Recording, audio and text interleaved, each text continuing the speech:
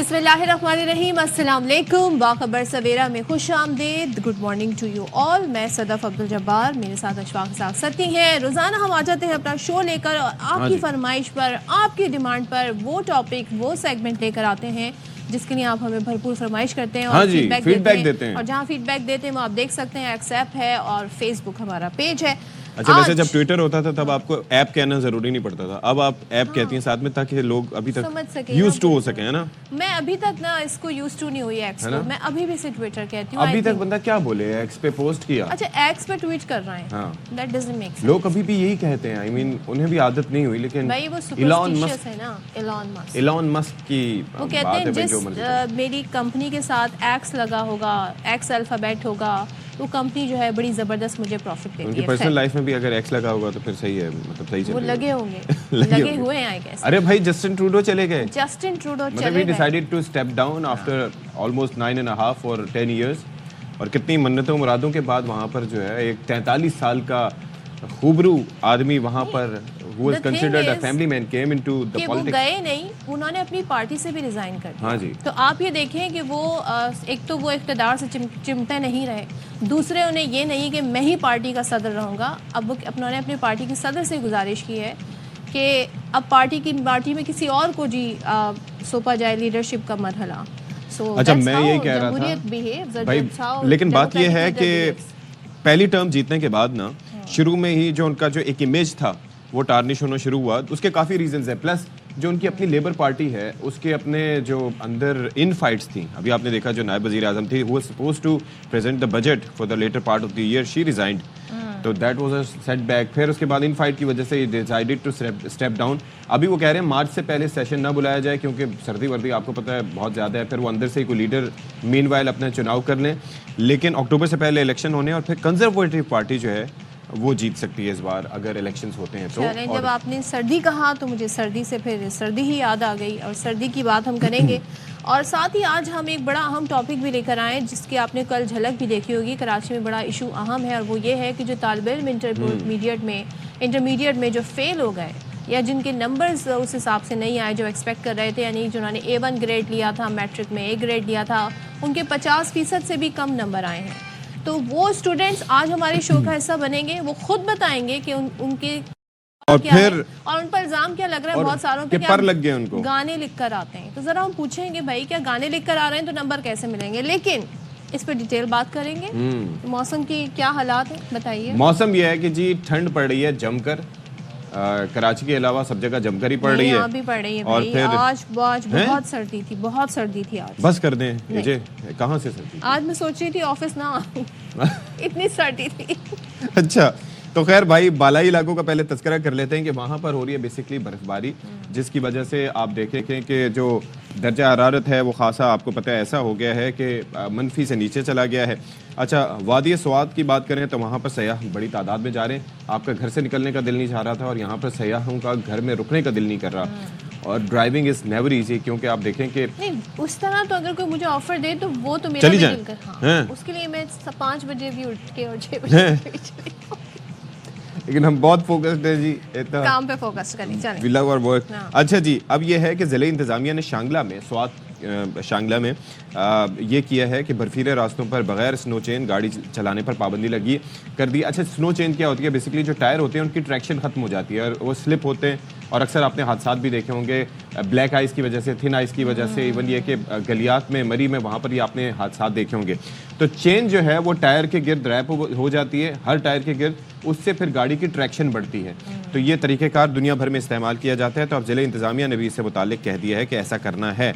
और फिर वादी कागान में भी सूरत हाल यही है कि वहाँ पर पारा -7 डिग्री तक गिर गया है, -7 तक। और चित्राल में हम दिखा भी रहे हैं बच्चे कितने मजे से, ये कौन से बच्चे हैं जिनकी छुट्टी है? हम तो ये देख रहे हैं अब छुट्टियां खत्म हो गई हैं और बच्चों को इस वक्त स्कूल के लिए जगाना बहुत मुश्किल काम है। अब फिर उन पर तरस भी आ रहा होता है, मासूम से बच्चे ठिठुरती सर्दी में। क्यों ऐसा होता है कि जब भी सर्दियाँ होती हैं तो सर्दियों की छुट्टियाँ होती हैं तो उसमें सर्दी नहीं होती, जैसे ही छुट्टी खत्म होती है सर्दी अपने जुबान पर आ जाती है। तो ये हम मसला क्यों नहीं, हमारे बचपन से अब तक ये मसला चल रहा है। क्या कर सकते हैं? क्या करें, बस बंदा करे तो क्या करे। जो आपके लिए मैं बस आवाज उठा सकती हूँ, जो मैं इस प्लेटफॉर्म से उठाती आप हूँ क्या चाह रही हैं? कि आपकी छुट्टियां थोड़ी एक्सटेंड होनी चाहिए, 20 वो दिन होनी थी, चाहिए I mean, और अब जैन में होनी चाहिए, जनवरी में नहीं होनी नहीं नहीं, चाहिए। वैसे एक चीज़ ये है कि जिस टाइम पे हुई है उस टाइम पे ठंड बढ़ गई थी, दिसंबर का आखिरी हफ्ता, लेकिन उसको कर दिया जाए 20 दिन की। 25 से शुरू कर दें छुट्टियां। हाँ 25 की वैसे कायदे नहीं ना, आज़म डे से तो शुरू 20 करें। दिन की करवा देना। हाँ तो मैं यही कह रही हूँ ना, नहीं तो 20 days की कर। मतलब वो कर दें 21 से आला 11 हुकाम तक। सुन रहे हैं, प्लीज कर दें बच्चों के लिए, वो भी आपको दुआएं देंगे, आपका इक़्तिदार बढ़ेगा। हाँ मैं क्या करें भाई, सुबह सुबह मुझे चाय की ज्यादा जरूरत लग रही है। Please please have T. Karachi का बता दें। अच्छा जी, कराची में सूरत हाल यही है कि ठंड बढ़ गई है, पारा हमारा मनफी नहीं हमारा? सिर्फ 9 डिग्री तक गिरा है। जाहिर है कि उसके साथ हमारा भी पारा गिरता है, क्योंकि जिस तरह से कल ही आप बता रही थी कि इंसान जो है वो दिमाग क्या, इंसान का पूरा बॉडी जो है वो उसमें 70% हम कंसिस्ट करते हैं पानी। पर। तो फिर ये हमारी है कि दुनिया 70% जी, पानी है। हाँ सारी दुनिया आप देखें, ओशंस वगैरह सारे मिलाएं तो जो रकबा जो अभी तक अनडिस्कवर्ड है। हाँ जी। तो बात यह है कि अब सिचुएशन कराची की भी हमने आपको बता दी, और यहाँ पर मसला ये है कि थोड़ी सी हल्की फुल्की बूंदाबांदी हुई थी एक दिन, लेकिन अगर थोड़ी सी और बारिश हो जाए तो फिर ये जो डस्ट है और ये जो खुश्क सर्दी है, इसका मसाइल जो हैं वो इसकी वजह से जो पैदा हुए हैं वो ख़त्म हो जाएंगे। अच्छा, और जी मदीना मुनव्वरा का अगर हम तस्करा करें तो वहाँ पर गिरदनवाह और मदीना मुनव्वरा में आ जाए जी, मदीना मुनव्वरा का ज़रा तस्करा हम कर रहे हैं तो फिर वहाँ पर मूसलाधार बारिश हुई है। ओए होए होए होए होए, खूबसूरत मंजर है, क्या खूबसूरत मंजर है, ये मक्का मंजर आप देख रहे हैं। वाह ज़बरदस्त। बारिश देखिए वहाँ पे, और कितना खूबसूरत ये मंजर लग रहा है। मस्जिद नबवी में भी बारिश हुई, और कल मैं देख रहा था वहाँ पर सोशल मीडिया पे, वो शायद हाशमी साहब भी शायद वहीं पे हैं आसपास कहीं पे। हाँ, माशाल्लाह। तो वो भी ऐसी तस्वीरें बारिश से मुतालिक और अच्छे मौसम से मुतालिक शेयर कर रहे थे। बहरहाल तो ये यालाबारी भी हुई है जी, ये ओए होए होए होए, ये माशाल्लाह। दरिया है जो हमें लग रहा है कि भिपर गया है, और भाई ये तो मुतादिद बर्फ है, इलाकों में ये ओले पड़े हुए हैं, ओह, यालाबारी हुई है। तो बहरहाल ये अगर ये डिपेंडिंग ऑन द साइज के ये मटर के दाने जितने हैं या गोल्फ बॉल जितने हैं, तो उस हिसाब से यानी आपको कि पता है कि बर्फबारी नुकसान से करते ज्यादा हैं। यालाबारी नुकसानदेह होती है। भाई यालाबारी तो ये है ना, ठक ठक करके लगती है। अगर आप जा रहे हैं और आपने फर्ज करें गोल्फ बॉल पे जितना आ रहा हो तो आपने हेलमेट ना पहना हो तो फिर आपका क्या होगा, तो फिर तो बड़ा जद्दा नुकसान हो सकता में है, गाड़ियों को बड़ा तूफानी नुकसान पहुंचता बारिश के बाद अब सड़कें ज़ेर-ए-आब हैं। ये तो खैर आप यालाबारी के बाद के मनाज़िर देख रहे हैं, और जहां हम जद्दा की अगर बात करें तो वहाँ तमाम अंडरपास आर्जी तौर पर बंद कर दिए गए हैं। ओफ, सर्दी कितनी बढ़ गई होगी, ठंड बढ़ गई होगी वहाँ पर यकीनन। अच्छा, और ये देखिए डेवलप्ड कंट्रीज हैं तो वो बिलावल साहब ने एक दफ़ा जो कहा था उसके ऊपर सब लोगों ने उसको मीम ही बना लिया कि ज़्यादा बारिश होती है तो ज़्यादा पानी आता है। That is a reality everywhere, Dubai हो, सऊदी अरब हो, कहीं पर भी, लेकिन ये निकल जाता है। होगी तो ज्यादा पानी आएगा, लेकिन ये पानी खड़ा नहीं रहेगा। हाँ। ये पानी निकाल दिया जाएगा। लाहौर में भी या देखिए ये निकल जाता है पानी। खुद अपना रास्ता ऐसा बनाया हुआ होगा कि पानी निकल जाएगा। तो हमारा भी हम तो ये- पानी निकल जाता है, ज़मीन पी जाती है। हमारे तो चार हफ्ते जो है वो पानी खड़ा रहता है सड़कों पे। अच्छा जी, अब ये अमेरिका है की बात कर लेते हैं, यूएस की। रियासत वहाँ पे क्या हाय हो रहा है? मुत्तहिदा अमेरिका, और वहाँ पर शदीद बर्फानी तूफान की वजह से 7 रियासतें हैं जहाँ पर इमरजेंसी नाफिज कर दी गई है। अब इससे क्या हुआ है, तालीमी इदारे भी बंद हो गए हैं, लोग मुतासर हो रहे हैं, और ज़ाहिर है एक जगह से दूसरी जगह जाने की कोशिश कर रहे हैं। परवाजें मुअत्तल कर दी गई हैं। ज़ाहिर है इस सिचुएशन में कैसे जहाज़ उड़ेंगे। और बाज़ अमरीकी रियासतों में दर्जा हरारत तब बताया जा रहा है जी -29। ओए होए होए होए ये होए, तो एंटार्क्टिका की तरफ जा रहा है। एंटार्क्टिका -60, और दुनिया का जो बिल्कुल जो ठंडा तरीन मुकाम है वहाँ पर दर्जा हरारत -98 तक रिकॉर्ड किया जाता है। लेकिन जो इलाका जहाँ पर ह्यूमंस रहते हैं वहाँ पर टेम्परेचर -60 या -40 to 50 रहता है। दैट इज यकूतिया, जाने वाले हैं ना? रशिया। हाँ, हमारे को पहना, हाँ जी, वो आए थे हमारे शो भाई यहाँ पर, काशिफ? तो वो जाएंगे इंशाल्लाह एंटार्क्टिका। मेरे ख्याल में अब तक चले गया हूँ। फैब का बताया था, हाँ, या तो उन्होंने ये कहा था उनकी वापसी फैब में हो। Let's see, let's hope for the best जी, उनकी इंशाल्लाह। उनकी दुआ करते हैं।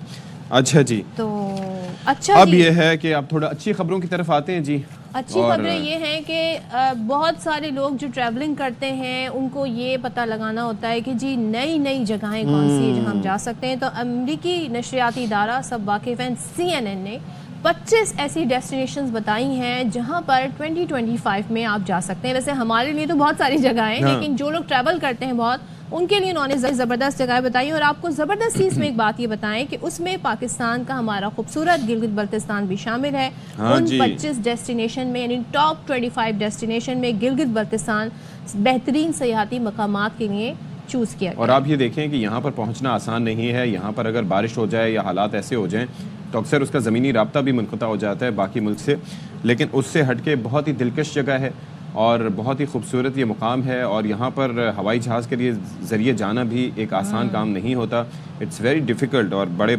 माउंटेनियस रीजन है।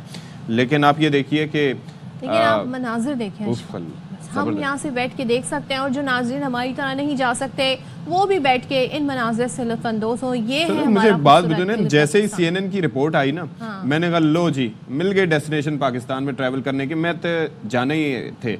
लेकिन फिर जब मैंने चोटियों का तस्करा सुना तो फिर मैंने कहा कि भाई तू अशफाक है बसेरा कर कराची के मैदानों में, वाई ठीक है, कौन पहाड़ियों पे, हमने कौन सा पहाड़ियां जाके सर आप करनी है। पहाड़ी ना सर करें, आप जाके दरिया वजह देखें, शोहरत आप ही है। शार देखें, आप झरने देखें, आप ग्रीनरी देखें। हम तो फ्लाइट देख के ही हमारा तरा निकल जाएगा सदफ। एडवेंचर होना चाहिए, कभी ना कभी तो लाइफ में कुछ एडवेंचर होना चाहिए। हाँ वैसे एक बात है, ये तो है, एडवेंचर नहीं, हम लोग जो ऑफिस आके पहुंचा करते थे जिन दिनों में जिन कराची रास्तों से होकर में, हम मेरी आते एक हैं, बात वो भी सुने एडवेंचर ही। सदफ अब्दुल जब्बार, 2016 से पहले का जो कराची था, हम यहाँ पर आके पहुंचा नहीं करते थे पूरे कराची में बिला खौफ खतर, एडवेंचरस राइड्स नहीं होती थी, हम ट्रैवल करते थे। वो खौफ खतर जब एक दूसरा फोन था। कॉल पे कराची बंद हो जाता वो था। खौफ दूसरा था। हाँ, लेकिन और एडवेंचर- अब एडवेंचर दूसरा अब है। एडवेंचर अब सड़कों पे हमें जो एडवेंचर नजर आता है ना, क्या कहें उसका। तो बहरहाल जी, अच्छा अब मैं ये कह रहा हूँ कि अगर यहाँ पर डोनाल्ड ट्रंप साहब को मौका मिलता तो वो CNN की इस रिपोर्ट पे क्या कहते, क्योंकि वो अक्सर खाइफ रहते हैं CNN से।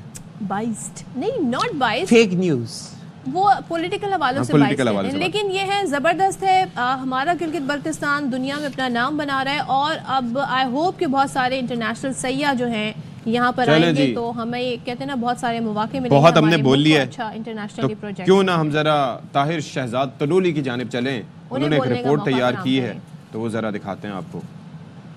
जिला मानसरा के सियाती मकामात को अपने कुदरती हुस्न के एतबार से दुनिया भर में एक नुमाया मकाम हासिल है, ताहम बर्फबारी के बाद उनकी खूबसूरती में मजीद इजाफा हो गया है। हर तरफ छाई बर्फ की सफेदी सियाहों को अपने हुस्न के सफर में जकड़ रही है। सियाती मकाम शोग्राम में सियाह शदीद सर्दी के बावजूद फैमिलीज के हमरा बर्फबारी के नजारों से लुत्फानंदोज होने पहुँचते शुरू हो गए। माशाल्लाह इतनी बेहतरीन स्नोफॉल है, हमने खूब इंजॉय किया। यहाँ के लोग भी बहुत अच्छे हैं और मौसम भी बहुत अच्छा है। मेरी आप सबसे ये रिक्वेस्ट है कि आप मरी को छोड़े और शुगरान में आए। शुगरान आए सियाहों को होटल्स की जानब से तमाम तरह सहूलियात मुयसर हैं। कमरे इनके बहुत साफ सुथरे हैं, मुनासिब कराए हैं, सर्विस अच्छी है। आप आए, जिसने आना माशाल्लाह पूरे पाकिस्तान से आप आए, एंजॉय करेंगे, इंशाल्लाह उनको दुआएं देंगे। बर्फबारी के नज़ारे देखने के लिए शुगरान आने वाले सियाहों को गर्म मलबूसात और गाड़ियों के साथ चैन के इस्तेमाल को यकीनी बनाना होगा।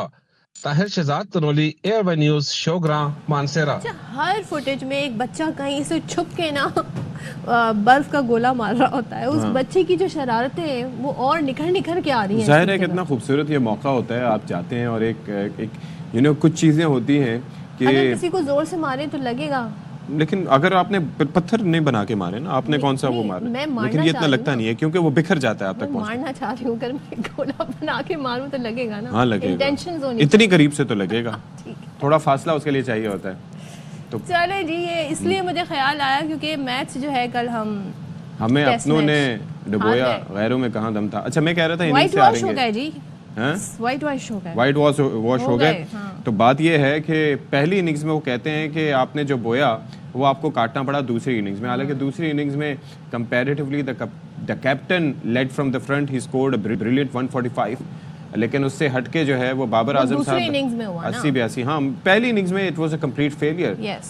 बहुत ही मायूस कुन परफॉर्मेंस रही और लगी ये नहीं रहा था कि ये वो बल्लेबाज हैं और जिस तरह से इन्होंने विकेटें गंवाई हैं। और आप ये सोचिए कि अगर पहली इनिंग्स में पाकिस्तान अगर 300 350 भी बना लेता तो आज जो है वो कम से कम ये जो टारगेट दिया होता 200 तक का होता है, and it makes a lot of difference. सोचे 478 हमने दूसरी इनिंग्स में बनाए और जो हदफ बाद में मिला वो आई गेस मिला था 58 रन का। जी। 58 run is like piece of cake for South Africa. Yes. लेकिन ये है वही बात कि पहली इनिंग्स में अगर हम अच्छी बुनियादी तौर पे एक अच्छा फाउंडेशन फराहम कर देते तो कि नहीं हो सका। और बात ये है कि कुछ मतलब इश्यूज भी रहे और जिस तरह की शॉट्स, मैं कामरान गुलाम के ऊपर मेरा आज बहुत दिल कर रहा है कि मैं सवाल उठाऊं। हाँ। कि हम इतना कहते रहे कि दरवाजा खटखटाना, बाकी एवरीबॉडी चिप्ड इन, सलमान आला एक मैच पे जज करें अशफाक, हाँ क्या उन्हें एक मैच पे जज अच्छा करें? पहले विकेट्स दिखा दें जी, फिर हम आपस में तज्जिया करते हैं।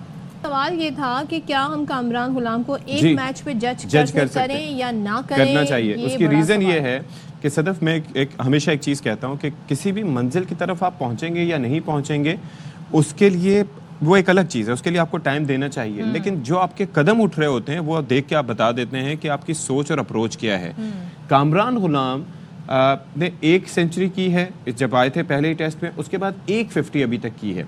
लेकिन वो वहां पर साउथ अफ्रीकन को स्लेज करते भी नजर आए, एग्रेशन भी शो करते नजर आए, शॉट्स वो खेलते नजर आए जो टेस्ट मैच में नहीं खेले जाते, हालांकि इनका फर्स्ट क्लास का एक्सपीरियंस है। ज्यादा नाम बना रहा है और इस फिर वक्त। दूसरी चीज ये है कि ये देखें सदफ, ये बॉल देखें, simple he is top rated batsman.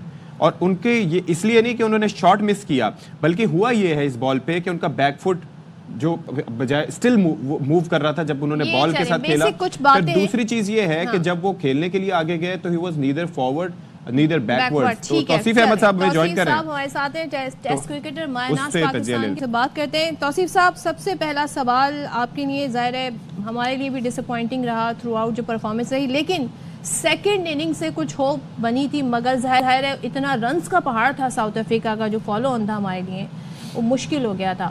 So overall क्या कहिएगा फर्स्ट इनिंग से अगर हम स्टार्ट करें? शुक्रिया सतीश साहब और सदफ। बात यह है कि हमें बुलाने की आपको जरूरत ही नहीं है इतनी सुबह सुबह, इसलिए कि सारी बातें जो आपने कर ली टू दी पॉइंट बातें हैं, वही बातें मैं दोहराऊंगा तो फायदा नहीं है उसका। तो उस लिहाज से मैं तजर्बा बोलेगा, हम अभी सीख रहे भाई, हैं हम तो आपसे ही सीख रहे हैं। नहीं सही है, आपने बिल्कुल ठीक कहा कि हर मैच की पहली इनिंग जो होती है बड़ी अहम होती है, और जाहिर है कि साउथ अफ्रीकन ने जिस तरह खेला और फिर हमने उसके बाद खेला, अगर हम फर्स्ट इनिंग में काफी खेल जाते अच्छा तो हमारे लिए बहुत ही अच्छा हो जाता। और फिर आपने दूसरी बात भी की कि अगर हम जो है बाद में डेफिनेटली शान ने बहुत अच्छा खेला, यूके कप्तानी पे उनके तलवार लटकी हुई थी, उस लिहाज से भी काफी काम ठीक हो गया, क्योंकि हमारे यहाँ तो एकदम शुरू हो जाते हैं ना सब। बाबर खेले, एक 50 किए थे, एक 80 किए अपनी जगह, बट है असल बात यह है कि वही वाली बात आपने बिल्कुल ठीक कही कि अगर यहाँ पर हम 60 रन की हमने और बहुत ही उम्दा बैटिंग की, बैटिंग के लिए साजगार थी ये पिच, इसमें कोई बुराई थी नहीं। It was a paradise as usual. जिन लोगों के लिए आपने नाम लिए उन्होंने बहुत ही खराब क्रिकेट, अभी आए हैं आप आन के आपके विकेट पे खड़े हो जाओ आप फिर रिजवान को देख के मुझे लग रहा है ये काम किया, रिजवान ने भी एक इसी तरह की शॉट आपने देखा था मारी थी आगे बढ़ के। और उस वक्त तो कहने का मतलब तौसीफ भाई, मैं अच्छे पॉइंट टू पॉइंट आपके पास आऊंगा। कामरान गुलाम को जब हम लेके आए, टीम में आए, और जाहिर है कि everybody was talking about him. I remember शायद हाशमी साहब सेइंग कि 4 साल से वो दरवाजे खटखटा रहे हैं, ही इज कंसिस्टेंट। जो फर्स्ट क्लास खेलते हैं या जो इस तरह के मतलब मैचेस खेलते हैं तो उनका टेम्परामेंट अच्छा होता है। टेस्ट मैच में सारा खेल ही पेशेंस का है कि बाहर जाती हुई गेंदों को ना छेड़ा जाए। मैं कल की इनिंग्स देख रहा था या पहली इनिंग्स में जिस तरीके से एक टॉप ऑर्डर बैट्समैन का इस तरीके से बोल्ड होना, मतलब ये अनलाइकली होता है। और जिस तरह के शॉट्स खेलें, फिर उसके ऊपर आप उनको शॉट खेलते हुए देखें। यानसन की बॉल पर जिस तरह बोल्ड हुए थे, अभी रबादा की बॉल पे बोल्ड हुए जिस तरीके से कि उनकी फुट मूवमेंट या जिस तरीके से बॉल के पिच पे आके आप जिस तरह से खेलते हैं, that he was nowhere near. क्या वजह आपको नजर आती है इतना मीडियोकर तरीके से आउट होना? आउट तो इंसान हो ही जाता है, लेकिन इतना मीडियोकर तरीके से आउट होना? देखिए, इस पे भी मैं आता हूं। पहले मैं ये देखूं कि मैं समझता हूं कि ऑस्ट्रेलिया से लेकर दायर इंग्लैंड के खिलाफ हमने यहाँ बड़ी जबरदस्त परफॉर्मेंस दी थी।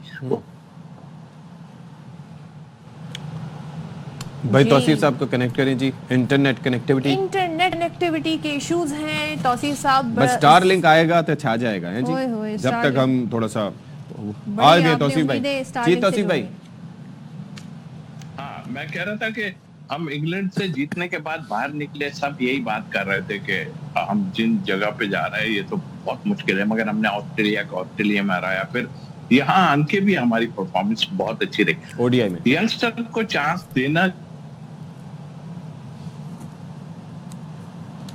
अच्छा फिर जी थोड़ा सा इशू आ रहा है जो है ना, वो आगे जी, आवाज आई है मुझे। वाकई बढ़ रहा था। हम जी तौसीफ भाई, हम सब शोर यही कर रहे थे, बल्कि क्योंकि भाई यंगस्टर को हमें चांस देना चाहिए और यंगस्टर को हमने चांस दिया। अब यंगस्टर अवेल तो करे कि भाई जो उसको चांस मिला है।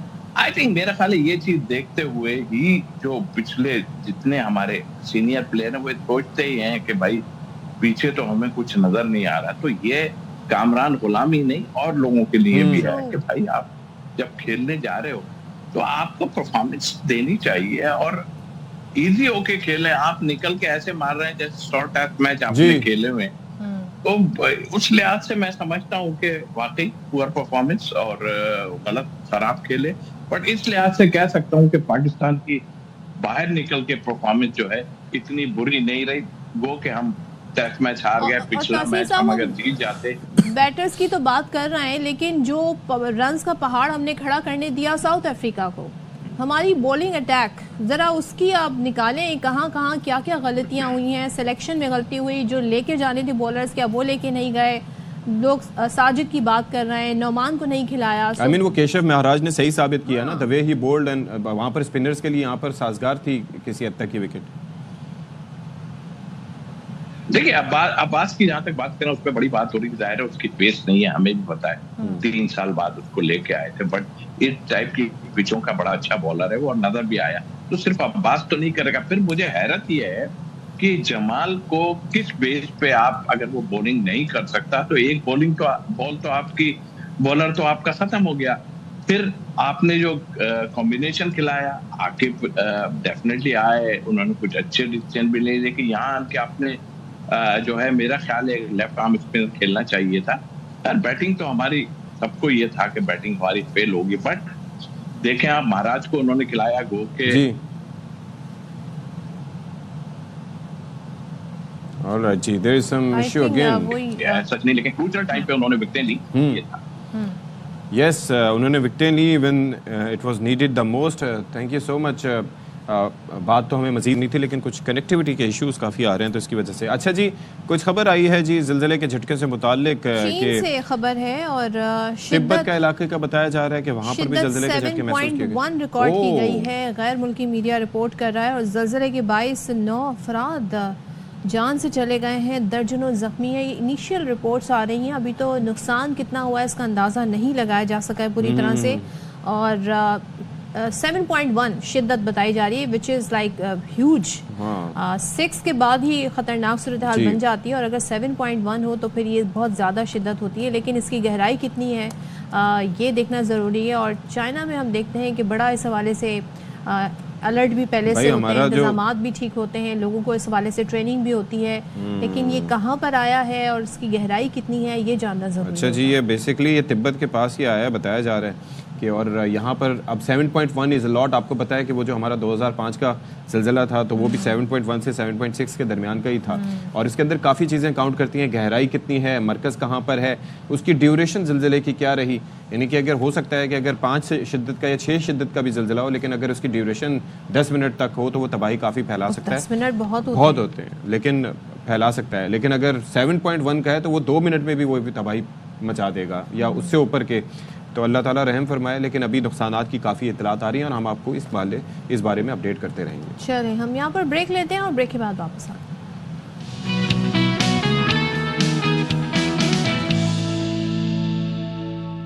Welcome back once again. और जैसे कि हमने प्रोग्राम के आगाज़ में कहा था, बड़ा अहम टॉपिक है। कराची में बच्चे स्टूडेंट्स बहुत ज़्यादा परेशान इंटरमीडिएट के, और हुआ ये है कि जो बच्चे जिन्होंने A+ A1 ग्रेड लिए थे मैट्रिक में, उनके 50% से भी कम नंबर आए हैं। अब आला जो तालीमी बोर्ड है, आला सानवी तालीमी बोर्ड यानी कि इंटरमीडिएट बोर्ड, स्क्रूटनी कराने वाले तलबा को फ़ीस में 50% रियायत देने का ऐलान किया है। यानी कि अगर 1000 रुपये फ़ी पर्चा फ़ीस जमा करवानी थी स्क्रूटनी के लिए, जो कि है भी 1000 रुपये, तो उसे अब 500 रुपये कर दिया गया है। तो अब ये है कि साल अव्वल के इम्तहानात बराए 2024 science, pre medical, pre engineering science और दीगर जो ग्रुप्स हैं पर्चों की स्क्रूटनी अब इन रियायती फ़ीसों पर होगी। अच्छा जी, अब सिलसिला ये है कि ख़ासे सहूलत मरकज़ पर खुसूसी काउंटर्स कायम कर दिए गए हैं। इंटर बोर्ड में करीबी है जी, जाके देखा भी जा सकता है, और तलबा अपने स्क्रूटनी फॉर्म्स और फीस जमा करवाएंगे। अच्छा, कल हमारे प्रोग्राम में आए थे शरफ अली शाह साहब, जो कि कायम मुकाम चेयरमैन थे, और उन्होंने क्या कहा था ये हम रिमाइंड करवाएंगे। लेकिन पहले सर हमारे नुमाइंदे अनवर साहब चलें ठीक है, ये तो अनवर ज़रा हमें सहूलियात बताएं क्या दी जा रही है। फ़ीस का तो हमने बता दिया, कि 50% रियायत दे दी गई है। स्टूडेंट्स कितनी तादाद में अब आ रहे हैं स्क्रूटनी के लिए, ज़रा ये भी बताइएगा। जी देखिए, अब जबकि रियायत फराहम की गई है तालिब इल्मों को स्क्रूटनी के हवाले से, तो अब ये तादाद जो है वो 2500 से तजावुज़ कर चुकी है। और इस तरह आज भी जो है वो बड़ी तादाद के अंदर तलबा और तालिबात जो है वो आला सानवी तालीम बोर्ड में स्क्रूटनी के हवाले से रुजू करेंगे। इम्तहानी कापियों के हवाले से कल जो मैट्रिक बोर्ड के अंदर सूरत हाल पेश आई थी, चंद वालिदैन मौजूद थे। इन वालिदैन की मौजूदगी के इसरार के ऊपर आला सानवी तालीम बोर्ड की इंतजामिया की जानिब से 3 से 4 ऐसे तालिब इल्मों की कापियों की जाँच पड़ताल उनकी मौजूदगी के अंदर की गई। उस वक्त जो है वहाँ पे एक सीनियर प्रोफेसर भी मौजूद थे। बच्चे वालिदैन से ये बाज़िद थे कि उन्होंने पर्चा अच्छा किया है। ताहम 3 तालिब इल्मों के पर्चे जिनकी जांच पड़ताल मौके के ऊपर ही की गई, तो उसके वालिदैन को वो पर्चे और वो कापियाँ दिखाई गई। उनको ये बताया गया कि दोबारा आप इन बच्चों की असेसमेंट करें, और प्रोफेसर यहाँ पे मौजूद हैं, तालबा यहाँ पर मौजूद हैं और वालिदैन यहाँ पर मौजूद हैं। तो उनके नतीजे के अंदर मैथ का था, फिज़िक्स का था, और इसके साथ साथ केमिस्ट्री के जो मुख्तलिफ पर्चे थे। जब उसकी असेसमेंट की गई तो मुतादिद तालिब इल्मों के 3 से 4 जवाबात मुकम्मल तौर पर गलत थे, जिसको तालिब इल्मों ने इंडोज भी किया। तो ये सूरत हाल 4 तालिब इल्मों के साथ हो सकती है, लेकिन 19,000 तालिब इल्मों का फेल हो जाना और उसके साथ साथ दीगर अगर प्री इंजीनियरिंग की बात करेंगे तो वहाँ पे कम बेश 14,000 से ज़ायद तालिब इल्मों का फेल हो जाना भी एक अलमिया है। बहरहाल इसके ऊपर बातचीत करना इंतहाई ज़रूरी है। अच्छा, मुझे ये बताइए, मुझे अनवर एक चीज़ मुझे बताइएगा। मैं बेसिकली फेल तो होते ही रहते हैं एग्जाम से। हम इस दफ़ा इशू ये उठा कि जो तलबा थे, यानी कि जो पिछली दफ़ा उन्होंने A1 ग्रेड हासिल किया या परसेंटेजेस अच्छी थी, उनके साथ ये मसला हुआ। अभी ये जो आपने जिन बच्चों की असेसमेंट का कहा या जिनकी कॉपी की रीचेकिंग का कहा प्रोफेसर साहिबान की वालिदैन की मौजूदगी में, उनके जो नंबर्स थे वो कितने थे मैट्रिक में? और अभी जब वो दावा कर रहे थे तो आपने बताया कि बेशतर का ये रहा कि उन्होंने सवाल के जवाब गलत दिए थे। क्या उनकी परसेंटेज वगैरह क्या थी इन बच्चों की? अच्छा, वो तालिब इल्म जो 3 से 4 वो तालिब इल्म थे कि जिनकी परसेंटेज 60 से 65% के दरमियान थी। ताहम इस मरतबा जो सूरत हाल पेश आई, उन तालिब इल्म की परसेंटेज 30 से 35% के दरमियान रही। अलबत्ता तमाम के तमाम वो तालिब इल्म जिन्होंने अभी तक रुजू नहीं किया है, उनकी एक बड़ी तादाद है, वो है 80 से 90% रहने वाले वो तालिब इल्म। ताहम जब उनकी जाँच पड़ताल होगी तो यकीनी तौर पर उन तालिब इल्मों के साथ मुकम्मल तौर पर ज्यादती हुई है, और इस ज्यादती के इजाले के लिए 12 रुकनी हाई पावर विजिलेंस कमेटी बनाई गई है। ऐसे तालिब इल्म जिनका मैं जिक्र कर रहा था, एक तालिबा है कि जिसने मैट्रिक के इम्तहानात के अंदर 82.73% हासिल किए, औरंगी टाउन की तालबा है, लेकिन इंटर के इम्तहानात के अंदर तमाम के तमाम इस तालबा को फेल करार दिया गया है। तमाम उस तालबा से जो फेल करार दिया गया, इसके साथ साथ एक और तालिब इल्म है फेडरल मीडिया का, उमेर खान उनका नाम है, और उनके जो मैट्रिक के अंदर जो इम्तहानात थे, जो नंबर थे, वो 91.92% थे। और इस वक्त जो सूरत हाल दरपेश हुई है, उनको सिर्फ 46% नंबर दिए गए, जबकि वो तालिब इल्म हाफिज़ कुरान है। और एक और तालबा है, वो ये उन दोनों का क्लेम ये है कि हमारे पर्चे इसी तरह जांच पड़ताल की जाए। वो ये कहते हैं कि हम स्क्रूटनी के बजाय प्रोफेसर की मौजूदगी के अंदर वो तमाम के तमाम पर्चे हमारे सॉल्व करें, तो हम ये बताएंगे कि हमारे तमाम के तमाम सवालात मुकम्मल तौर पर दुरुस्त हैं। तो अभी तक ऐसे पर्चों की जांच पड़ताल ताहाल नहीं की गई है कि जिनके अंदर उनको काबिल हद तक यकीन है कि ये वो पर्चे हैं कि जिनके अंदर तालिब इल्मों के जवाब सही है, लेकिन जांच पड़ताल गलत हुई है। अच्छा। तो ये जो चीज़ें दिखाई गई हैं, अलबत्ता वो पर्चे दिखाई फैसल वाले उम्मीदवारों के, अलबत्ता एक बड़ी तादाद बदस्तूर बरकरार है कि जिनके 80 से 90% नंबर थे, उनके नंबर जो है वो इंतहाई कम आए। तो ये डिलेमा जो है वो बदस्तूर बरकरार है। लेकिन अनवर साहब, मुझे ये बताइएगा कि how will this be possible for the board के वो अगर फर्ज करें कि तादाद आपने बताया कितनी होगी, 2-2.5 हज़ार बच्चे हो गए, तो क्या हर किसी को ये सहूलत किस तरह से मैसर आ सकेगी कि वहाँ पर सेपरेटली बिठा के उनकी स्क्रूटनी हो सकेगी? ऐसा पॉसिबल हो पाएगा? जी देखिए, आला सानवी तालीम बोर्ड के अंदर जो है वो कमेटी रूम्स मौजूद है। उन कमेटी रूम्स के अंदर अब जो 12 प्रोफेसर हैं उनकी खिदमात भी ली गई है। इसके अलावा दीगर प्रोफेसर्स को भी वहाँ पर तलब किया गया है, क्योंकि इस वक्त जो वहाँ पे हंगामी सूरत हाल है, इस हंगामी सूरत हाल के पेश नज़र शहर की जो मुख्तलिफ कॉलेज हैं उनके मुख्तलिफ मज़ामीन के असातिज़ा वहाँ पर मौजूद होते हैं। ऐसे वालिदैन जो कि फौरी तौर पर आते हैं, जो मुतालबा करते हैं उनकी कापियों की जाँच पड़ताल फौरी कर दी जाए, तो फौरी तौर पर कमोबेश 10 से 15 मिनट के वक्फे के बाद वो इम्तहानी कापियाँ एक अलग रूम के अंदर ऑफिशियल नुमाइंदा बैठा होता है उसकी मौजूदगी में कराई जाती हैं। बहरहाल ये वो अमल है कि जिसके अंदर तालिब इल्म बदस्तूर तशवीशनाक सूरत हाल के अंदर मुब्तला है।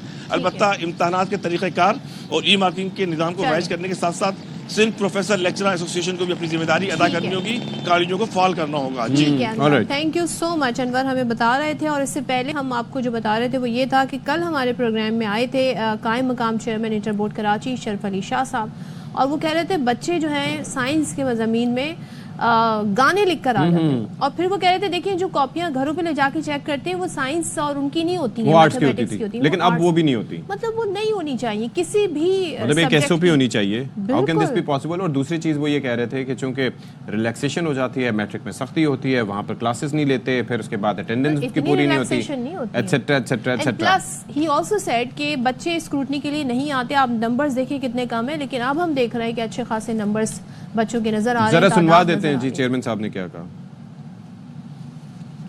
पहले सुनवाइए। करते हैं तो दिखाएं कि वो साइंस की कॉपियों में गाने लिखे होते हैं और जो है वो सवाल एक पूछा जाता है, जवाब बार दूसरे होते हैं और वो समझते हैं कि हम पेपर का पेज भर देते हैं तो हमें मार्क्स मिल जाते हैं और टीचर्स जो है वो सिर्फ नजर मारते हैं। चलें, तो ये आपने खुद ही सुन लिया कि वो क्या कह रहे थे। और अब आज हमने 2 स्टूडेंट्स को दावत दी है। दोनों स्टूडेंट्स जो हैं उन्होंने ज़बरदस्त मैट्रिक में नंबर्स हासिल किए थे। एक की 90% आई थी, दूसरी की 76% आई थी। तो हमारे साथ मौजूद हैं शगुफ्ता आलम और साथ ही हमारे साथ है जहरा हनीफ। तो आप में से जहरा कौन है, शगुफ्ता कौन है? जहरा आप हैं, शगुफ्ता आप है। किसकी तो A+ आप आई बीती थी? क्या है आपकी, ये आप A+, मसाइल क्या हुए? 90%। यस और आपके कितने हैं? 82.73 तो जहरा, 82 point something। आपसे आगाज करते हैं क्योंकि आपकी जी। 90% मैट्रिक में थे। अब कितने आए हैं, क्या हुआ अभी आपके साथ? मेरी मैट्रिक में 90 रही और अब जो है 76% कर दिए इन्होंने। अच्छा, 76%। तो 90 से 76। तो अच्छा, वैसे कौन सा पेपर, बाकी पेपर्स में किसी पेपर में कम मार्क्स भी दिए हैं इस सेट के? जैसे बाकी मेरे साइंस सब्जेक्ट में बहुत अच्छे नंबर है। फिजिक्स में मुझे डिसअपॉइंटमेंट हुआ थोड़ा सा, जैसे अप टू जैसे मेरा एक्सपेक्टेशन थी कि मेरा पेपर बहुत अच्छा गया था, उसके हिसाब से मुझे फिर भी कम दी। लेकिन केमिस्ट्री में बिल्कुल एक्सेप्शनली केस आ गया, उन्होंने मुझे 30 आउट ऑफ 85 दे दी है। तो इनके बिल्कुल अनबिलीवेबल बात है। इनके दूसरे सब्जेक्ट में मैं 90+ ले रही हूँ, बायोलॉजी में मेरे 90+। मैट्रिक में आपके केमिस्ट्री में क्या थे? मैट्रिक में 95 जी। और अब 30? यस, अनबिलीवेबल है मैम। मैं सोच भी नहीं सकती, कभी मेरे इवन वर्स्ट नाइटमेयर में भी नहीं हो सकता कि मेरे। So you are confident कि आपका पेपर अच्छा और अगर हुआ? आपके Yes. पेपर अच्छा हुआ होता तो आपकी असेसमेंट के मुताबिक बंदा आके जी। बाहर निकलते ही ना, पहला काम हमारा भी ये होता था कि Yes, कैलकुलेट करते थे और खुद ही मार्क्स हाँ, दे देते पहले ही, थे। जी। तो अंदाजन कितने नंबर आपके आते अगर आप सही देखा जाए? 80 आई वाज श्योर मेरे 80 आएंगे। इतना 80 श्योर आएंगे। थी आप? Yes, I was sure. तो have you applied for scrutiny? Yes yes. अच्छा, आप अच्छा, आप जरा ये बताइए कि आपके 82% आई थी, तो अब ये है कि कितनी उन्होंने क्या किया आपके साथ? नील उन्होंने कर दिया है पूरे फेल? जी फेल कर दिया है। तो नील का मतलब फेल? जी तमाम कितने पेपर पे? 6 में। अच्छा, छः ये मुझे में। दिखाइए। कितने पेपर थे टोटल आपके? 6। अच्छा जी, can ये you जरा show मैं it? जब तक देख रहा हूँ उनके पास, मेरे ख्याल में आपके पास है ये। ये दिखा अच्छा, सकते ये हैं दिखा ना? रहे हैं, मैं जरा जब तक आपने हमें लेट मी गो allow थ्रू। किया हुआ है ना? जी। अच्छा जी, बेसिकली ये मैट्रिक के एग्जाम्स थे जिसके अंदर इन्होंने 82.73% ली थी। A1 ग्रेड था इनका, और इस दफा जो है वो ये अल्लाह intermediate अकबर, यानी कि आप का देखिए कि result उर्दू इनका में screen पे देख सकते हैं। इनको दिए गए 100 में से 16 नंबर, इंग्लिश में दिए गए 100 में से 24, इस्लामिक एजुकेशन में 12 50 में से, केमिस्ट्री में 9, और फिर प्रैक्टिकल में 10 दिए हैं, वो बड़ा एहसान किया खैर। अच्छा, फिजिक्स में जो है वो 85 में से 15 दिए हैं, और प्रैक्टिकल में जो है वो 7 दिए हैं। क्या हुआ आई मीन मैं अगर इन्हीं के हिसाब से बाकी नंबर्स देखूं तो बाकी जो दूसरे मैट्रिकुलेशन में इनके नंबर्स बहुत अच्छे थे, और ये तो मुझे लग रहा है कि ये बिल्कुल एक कहते हैं कि वो 90 डिग्रीज क्या 180 डिग्रीज या 360 डिग्रीज का इन्होंने मुझे एक कर बात दिया। बताएं कि तो ये जब आपके पास आया तो शरफ अली क्या शाह कहा आपके घर वालों ने हाँ। इस पे? मैं कभी सोच भी नहीं सकती थी सर कि इतना बुरा इतना गंदा रिजल्ट आएगा। मतलब किसी सब्जेक्ट में नहीं बख्शा आपको, यानी जी, कि कोई एक बिल्कुल सब्जेक्ट तो होता है तो कि जिसके आपकी अंदर छोड़ कॉपी देते हैं। भरी हुई थी? जी खाली जी, तो नहीं थी? इत्तेफाक ऐसे मैंने जो तैयारी करके गई थी वही आया था, और मैंने सब चीज दिया। ऐसा भी नहीं है कि एकदम खाली आपकी पर्चा लेकर assessment आई क्या हूँ। थी कि कम से कम भी होते तो आपकी क्या नंबर्स होते? लेट्स सपोज कि केमिस्ट्री है, कम से कम 75 तक तो आता ना, मैट्रिक के हिसाब से तो आना चाहिए था ना। क्लियर कर देते हैं, एक भी पेपर इन्होंने क्लियर नहीं किया, तमाम पेपर में मुझे फेल कर दिया। यानी कि आप ये देखें कि केमिस्ट्री में अगर इनके 120 में से 105 आए थे मैट्रिक में, जी तो यहाँ पर इनके आए हैं कितने? 19 नंबर 85 में से, ये तो बल्कि 100 में से पासिंग मार्क्स भी नहीं है ना? नहीं है ना। जी। देखिए ना जरा, ये हर सब्जेक्ट में फेल किया है भाई, कोई तो बख्श देते।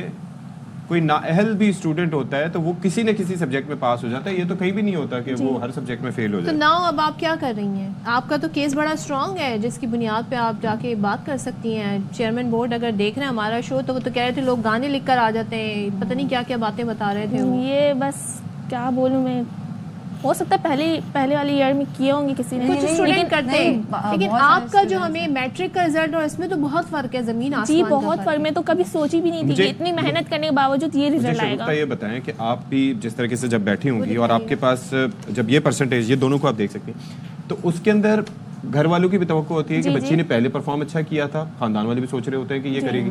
जब आपके पास ये रिजल्ट आया या आपको कन्वे किया गया, इनिशियल थॉट्स आपके और आपकी फैमिली की क्या थे? पाँव के नीचे से जमीन निकल जी गई होगी? बिल्कुल ऐसी थी। तो क्या था, आपके घर वाले भी ज़ाहिर यकीन नहीं कर रहे होंगे क्योंकि ये तो एक वो, किसी और के साथ भी आपके कॉलेज में हुआ है ऐसा? मेरे साथ दोस्तें लोग हैं उनकी हुई है, वो भी 3 क्लियर हुआ तो 2 उन्होंने रोका, 2 क्लियर हुआ तो 4 रोक, इस तरीके से, यानी किसी किसी के सप्ली देना है। अच्छा, जी। लेकिन आपके साथ तो खुसूसी उन्होंने तवज्जो करते जी हुए, वो पूरा उन्होंने कर दिया है। मतलब आप ये देखिए दूसरी जानिब उनका इशू ये है कि उनकी परसेंटेज उन्होंने कम की है, यानी कि पहले उनकी, आपकी पहले कितनी आई थी? 90 और उसमें 76 कर दी। तो चले इंसान फिर भी कह दे कि किसी हद तक जी उन्होंने वो ये कर दिया, यहाँ कटौती कर दी। परसेंटेज की बुनियाद पे एडमिशन होते हैं, आपकी that's right. आगे की Colleges फर्दर में एजुकेशन। admission लेकिन शगुफ्ता आप बताएं अब आप कर क्या रही हैं? अब आपने स्क्रूटनी फॉर्म लेना है, रिव्यू करना है, जी हो किस तरफ चुकी जा है रही हैं? सब, फॉर्म जमा हो चुकी है वहाँ पे। अच्छा, जी और कितने दिन में आए मसला सॉर्ट आउट हो सकता वो है? बोले 15 डे के बाद। उम्मीद क्या है आपको? इन नंबर्स के बाद कोई उम्मीद है आपको? कोशिश जारी है और देखते नहीं, हैं हम क्या इसी में- रिजल्ट निकलता है इसके बाद। बात उन्होंने ये बोला है है कॉपी चेक कि हम होगी। ये कोशिश, ये रिक्वेस्ट यही करेंगे शरफ अली शाह साहब से कि वो कल भी हमारे शो में आए थे कि यहाँ पर ये मामला मार्क की रीचेकिंग का नहीं होगा कि कॉपी के बंद कॉपी है तो उसके एंड में Total आपने marks देख जो लिया है कि उसका सम sum कर दिया। निकाल लें। यहाँ पर आपकी कॉपी खोल के आपकी फैमिली के सामने या फिर प्रोफेसर साहिबान के सामने वो देखा जाए कि हुआ क्या, तो उससे दूध का दूध और पानी का पानी हो जाएगा कि आखिर इतना तो नहीं हो सकता कि एक स्टूडेंट हर सब्जेक्ट में। आप क्या करने जा रही हैं फिर ज़हरा? मैं केमिस्ट्री का पेपर वापसी रीचेक करवाने के लिए अपील करवाना चाह रही हूँ। तो आपको हर पेपर की फिर अलग अलग फीस देंगी? जी 6 पेपर हैं तो 500 करके आप ये फीस जमा कराएंगे? 3000 हो चुकी है। 3000 अच्छा। जमा करा दिए हैं? जी कल। ओके, और आपको क्या टाइम फ्रेम दिया गया है, कब तक 15 बता दिन। देंगे? जी 15। अच्छा, मुझे एक चीज़ और बताइएगा कि आप लोग ज़ाहिर है कि एक चीज़ वो कह रहे थे प्रोफेसर साहिबान जो आए थे हमारे साथ, चेयरमैन साहब भी ये कह रहे थे कि जब बच्चे मैट्रिक से आते हैं ना फर्स्ट ईयर में तो उनके वो तवज्जो नहीं रहती, वो सख्ती नहीं रहती, वो उस College तरीके से attend ख्याल नहीं नहीं रहते, करते। कॉलेज अटेंड नहीं करते, हाजिरी उनकी पूरी नहीं होती। Relax क्या हो ऐसा जाते होता है लड़कियों के साथ? भी नहीं ऐसा सर होता है? ऐसी कोई बात नहीं है। मेडिकल वालों को उन्होंने बोला 75 होना चाहिए अटेंडेंस, 75। और मैं ऐसी भी नहीं थी कि एब्सेंट रहती थी, अटेंडेंस लगी रहती थी मेरी ओके। और रेगुलर में जाती थी, उसके बावजूद ये रिजल्ट और है। असेसमेंट्स वगैरह, कोई कोचिंग वगैरह जाती थी आप वहाँ? कोचिंग सेंटर या असेसमेंट्स वगैरह तो होती हैं या जी। खुद से घर पे पढ़ती हैं? घर पे पढ़ती थी, मेरी मामा जो है ना इंटर की हुई है, ओके उनसे मैं क्लास लेती थी। ओके नहीं, ओके मेरे तो कॉलेज भी प्राइवेट था और उसके ऊपर से मैं प्रैक्टिकल सेंटर भी जाती थी। ओके। यस, और तो मेरी असेसमेंट तो हर यानी कि मंथ्स में होती रहती थी असेसमेंट। तो आपको तो आइडिया होगा ना कि मैं यस, कैसा और perform- इवन बोर्ड से पहले मैंने 4 प्री बोर्ड्स दिए बोर्ड की प्रिपरेशन के इज लिए। There any issue with specific subject? कोई सब्जेक्ट है जिसमें आपके नंबर आपको लग रहा है कम आए? Chemistry. Chemistry is the issue. Yes, main issue chemistry है। अगर उसमें भी मेरे बाकी साइंस सब्जेक्ट की तरह नंबर आते तो मेरी 85 अबव परसेंटेज थी। इन्होंने पता नहीं क्या अच्छा, मसला ये तो मुश्किल सब्जेक्ट हो। कुछ सब्जेक्ट ऐसे होते हैं जो आपके से आपकी लैंग्वेज है उर्दू, वो हो गया, या इस्लामिक स्टडीज़, क्योंकि हमें बचपन से आइडिया होता है उन वो सब्जेक्ट ऐसे होते हैं उसमें आप नंबर गेन करते हैं जी एटलीस्ट, वो आपकी परसेंटेज को बेहतर करने के लिए भी वो सब्जेक्ट होते हैं, उसमें भी आपके नंबर्स कम आए, जी उसमें उर्दू भी में आप भी पास नहीं हो सकी हैं अकॉर्डिंग टू जी दिस जी, मैं तो खुद ही उर्दू में देख भी के है। भाई इनका तो मसला तो ऐसा है कि वो मेरे ख्याल में आप शाह साहब को खुद भी इनका पर्चा दिखाएंगे It's तो a वो खुद भी case कहेंगे study. कि ये तो केस स्टडी है कि इस बच्चे के साथ हुआ क्या है। ये तो आगे की फ्यूचर सर इन्होंने तबाह बर्बाद नहीं कर नहीं, दिया लेकिन वो है। बर्बाद नहीं होगा। जो आपके साथ हुआ है वो मेरे ख्याल में उनका फ्यूचर के ऊपर सवाल उठना चाहिए कि लेकिन ये किस केस जो है हम भी इसका फॉलो अप रखेंगे कि क्या और बना हाँ, आपके ये केस का पंद्रह- क्या बना। और दूसरा आप सोचें कि वो सारे टीचर्स जो चेक कर रहे थे वो किस जहनी हालत में थे कि जिन्होंने ऐसा किया। और आई एम श्योर कि एक एक पेपर जो आपका चेक होगा तो उससे क्लियर हो जाएगा मामला।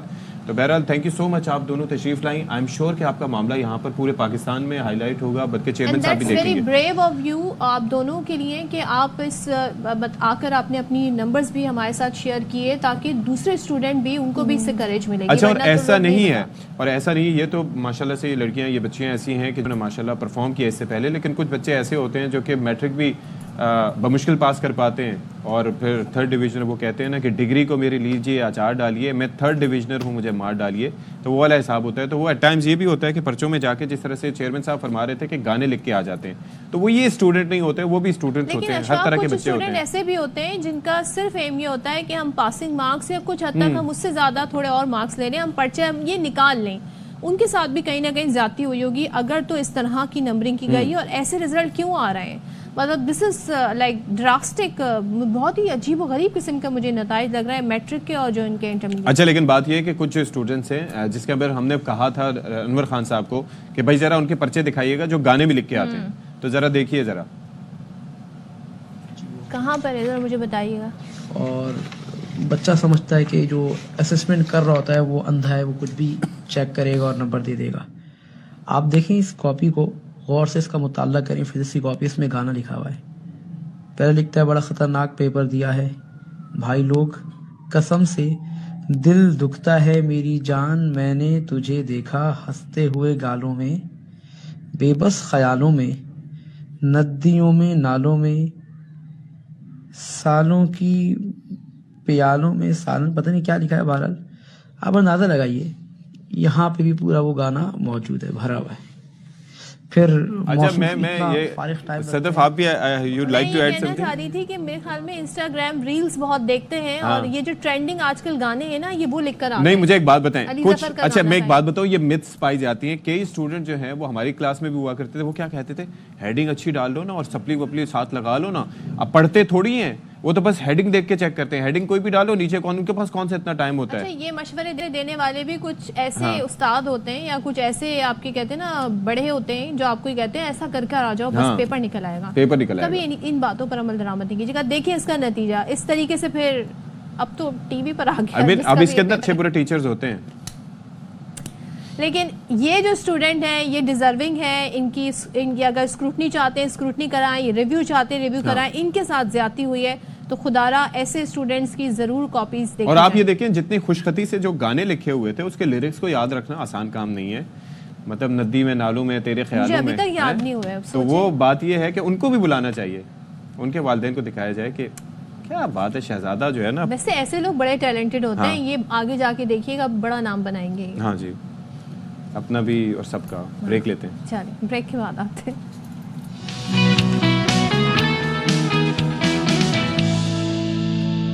ब्रेक में मैं अशफाक को कही थी शुक्र करें वो गाना नहीं लिख दिया। हाँ। कौन सा गाना?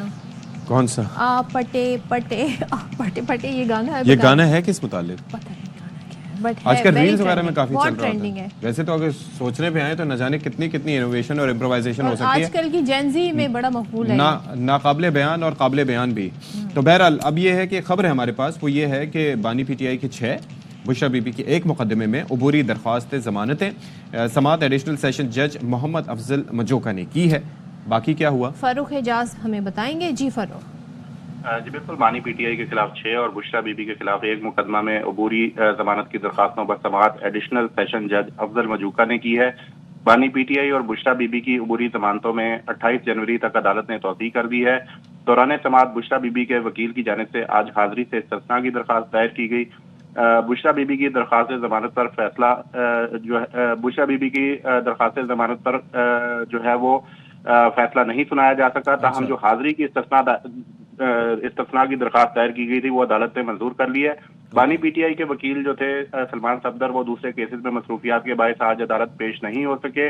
अदालत ने बानी पीटीआई और बुशरा बीबी की अबूरी जमानतों में तौसीह करते हुए 28 जनवरी तक केस की समाअत मुलतवी कर दी है। जी ऑल राइट जी, फारूक एजाज बहुत शुक्रिया आपका।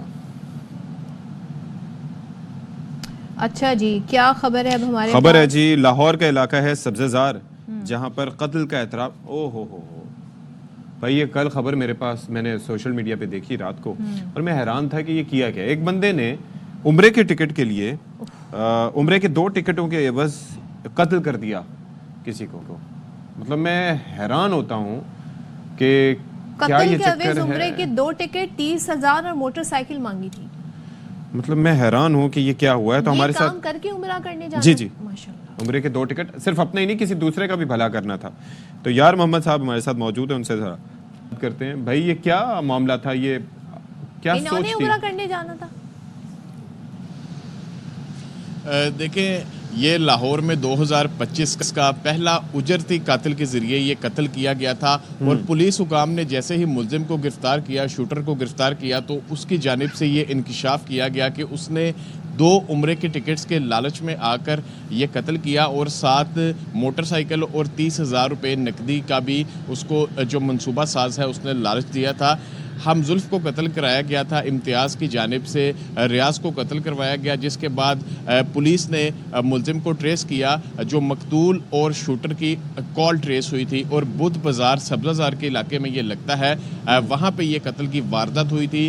जिसके बाद पुलिस की टीमें जो तश्कील दी गई थी इन्वेस्टिगेशन की, उन्होंने इस मुलजिम को लेकिन मुझे एक बात बताएं, मुलजिम से अगर बात हुई हो तो इसकी की मेंटालिटी क्या थी यार मोहम्मद, कि वो क्या सोच रहा था? कहा एक इंसान का कत्ल पूरी इंसानियत का कत्ल है और उसके बाद ये क्या गुनाह बख्शवाने की उम्मीद लेके जा रहा था वहां पर?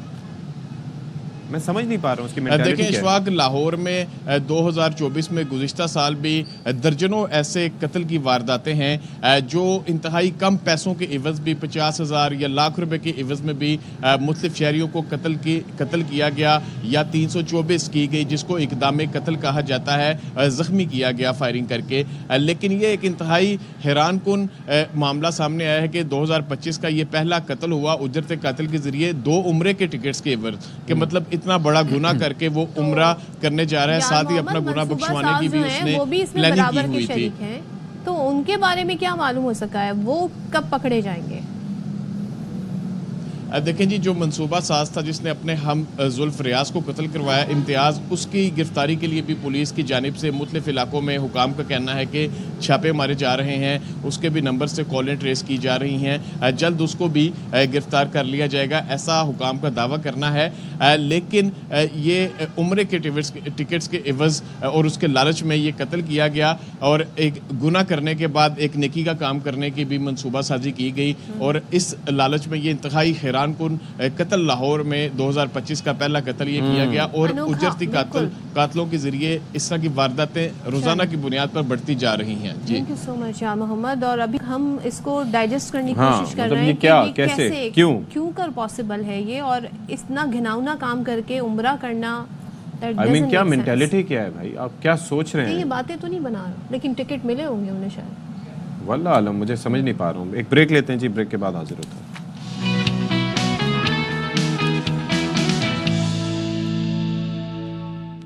बाखबर सवेरा में एक बार फिर से आप सबका खैर मकदम है। I was just rhyming with the music.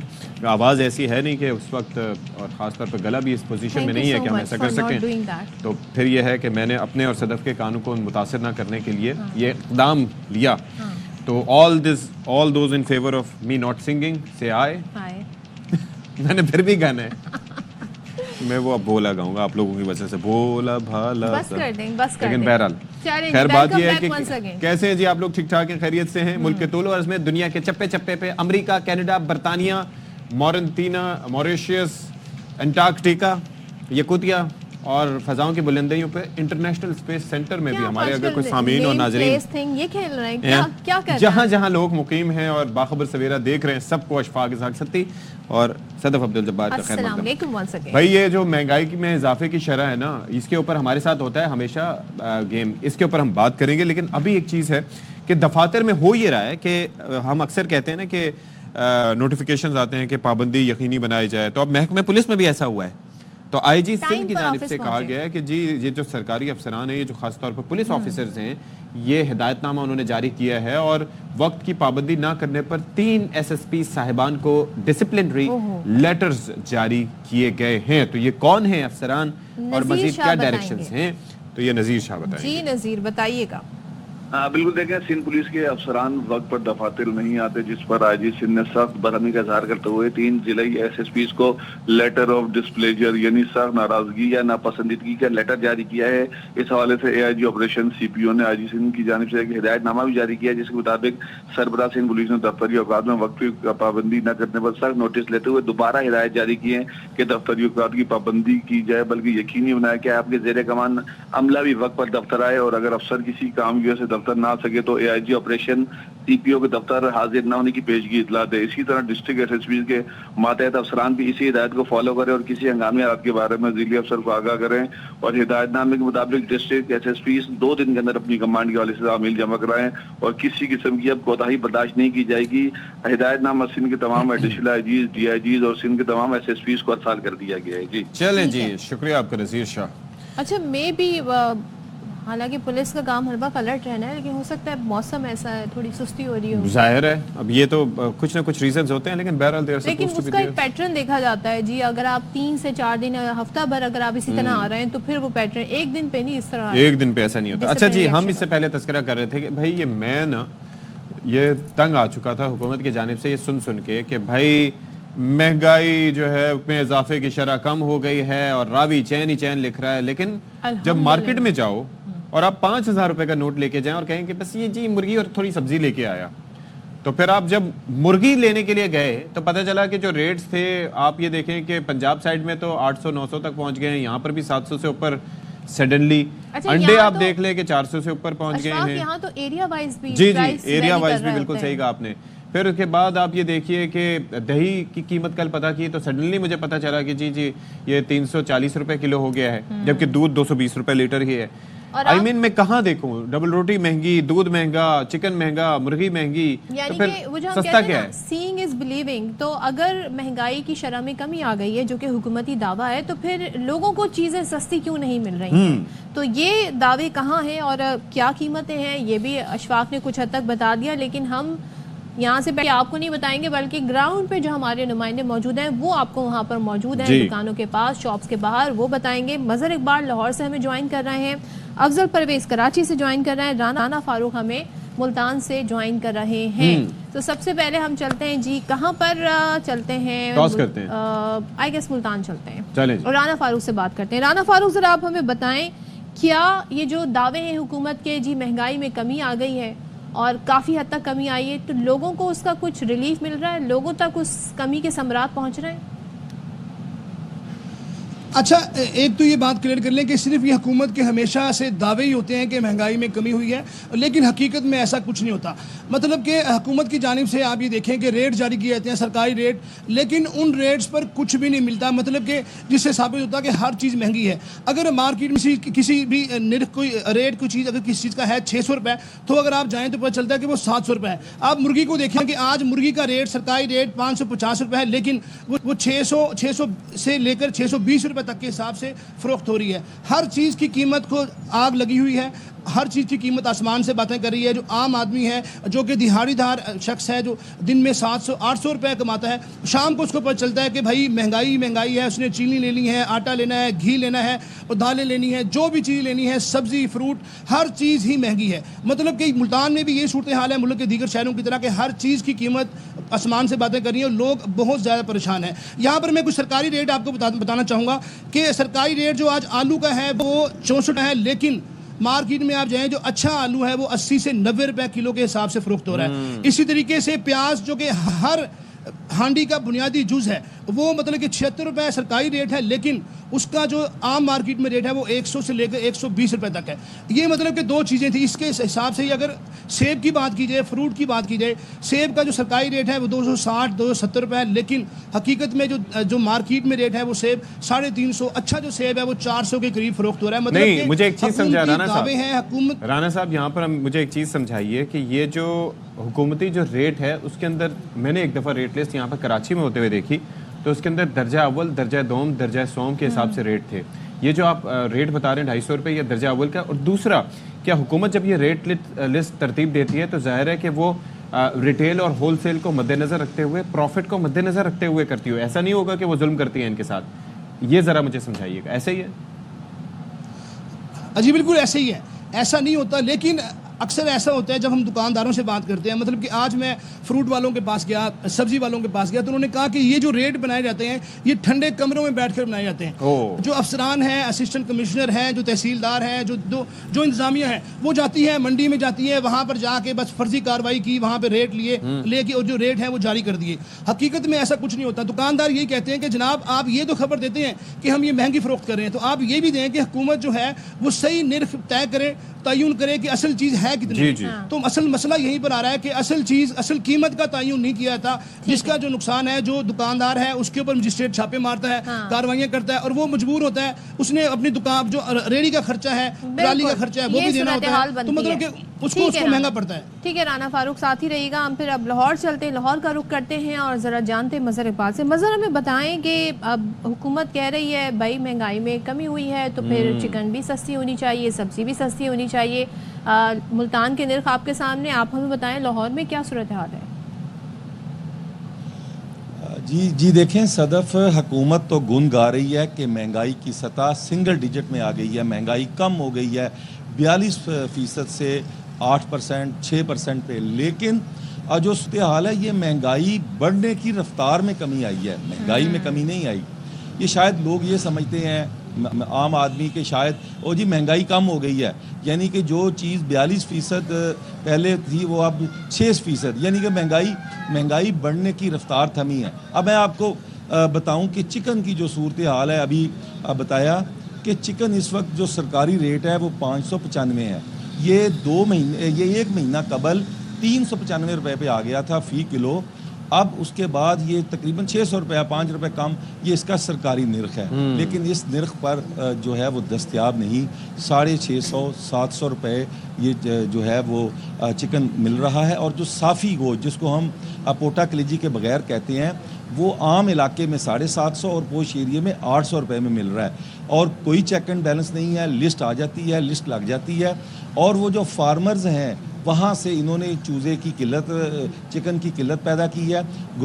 1 माह कबल जो है ये मार्केट में चिकन बड़ी तादाद में आया, बड़ी मिकदार, उसके बाद उसका निर्ख गिरे हैं। उसके बाद उन्होंने वहाँ से जो कार्टल बना है उसमें लाइफ स्टॉक डिपार्टमेंट है, ज़िले इंतज़ामिया भी उसमें उनकी कोताही नज़रअंदाज उन्होंने किया है, खामोश है, उसकी वजह से ये चिकन। और अभी इसमें और कीमत बढ़ने की नवीद सुनाई जा रही है। वो कह रहे हैं कि इस वक्त सरकारी रेट 595 है, ये तकरीबन कोई 650, 700 रुपए तक जाएगा। और यहाँ ये बहाना बह जा रहा है कि जी तलब में इजाफा हो गया है, शादियाँ हैं, पहले भी तो शादियाँ थी, 1 महीना कबल क्या शादियाँ नहीं थी। अच्छा, दूसरी बात, कुछ और चीज़ों के मैं आपको बताता हूँ। दाल चना ये तकरीबन 350 रुपये फ़ी किलो थी, ये आज हफ्ता 15 दिन पहले ये आज 400 रुपये किलो इसके निर्ख हो गए हैं। अच्छा, इसी तरह दाल मूंग ये 400 रुपये फ़ी किलो मिलती थी, ये 500 रुपये में मिल रही है। चीनी 135 से बढ़कर ये 3-4 दिन कबल आज इसकी कीमत 140 रुपये फ़ी किलो है। अच्छा। ये घी जो है डालडा और दूसरे ये इनमें भी 30 रुपये फ़ी किलो इजाफा हुआ है, 550 से बढ़कर 580 रुपये। अच्छा, साबन मुख्तलिफ किस्म के ये 130 रुपये की छोटी टिकिया थी, वो आज 150 रुपये में मिल रही है। अच्छा, इसके अलावा सब्जियां, फल, केला सस्ता था कुछ अरसा कबल, अब वो भी 100 रुपये में केला दरमियाना मिल जाता था, अब वो नहीं मिल रहा। बड़ा मसला है जी। इसी तरह सेब 400 रुपये किलो।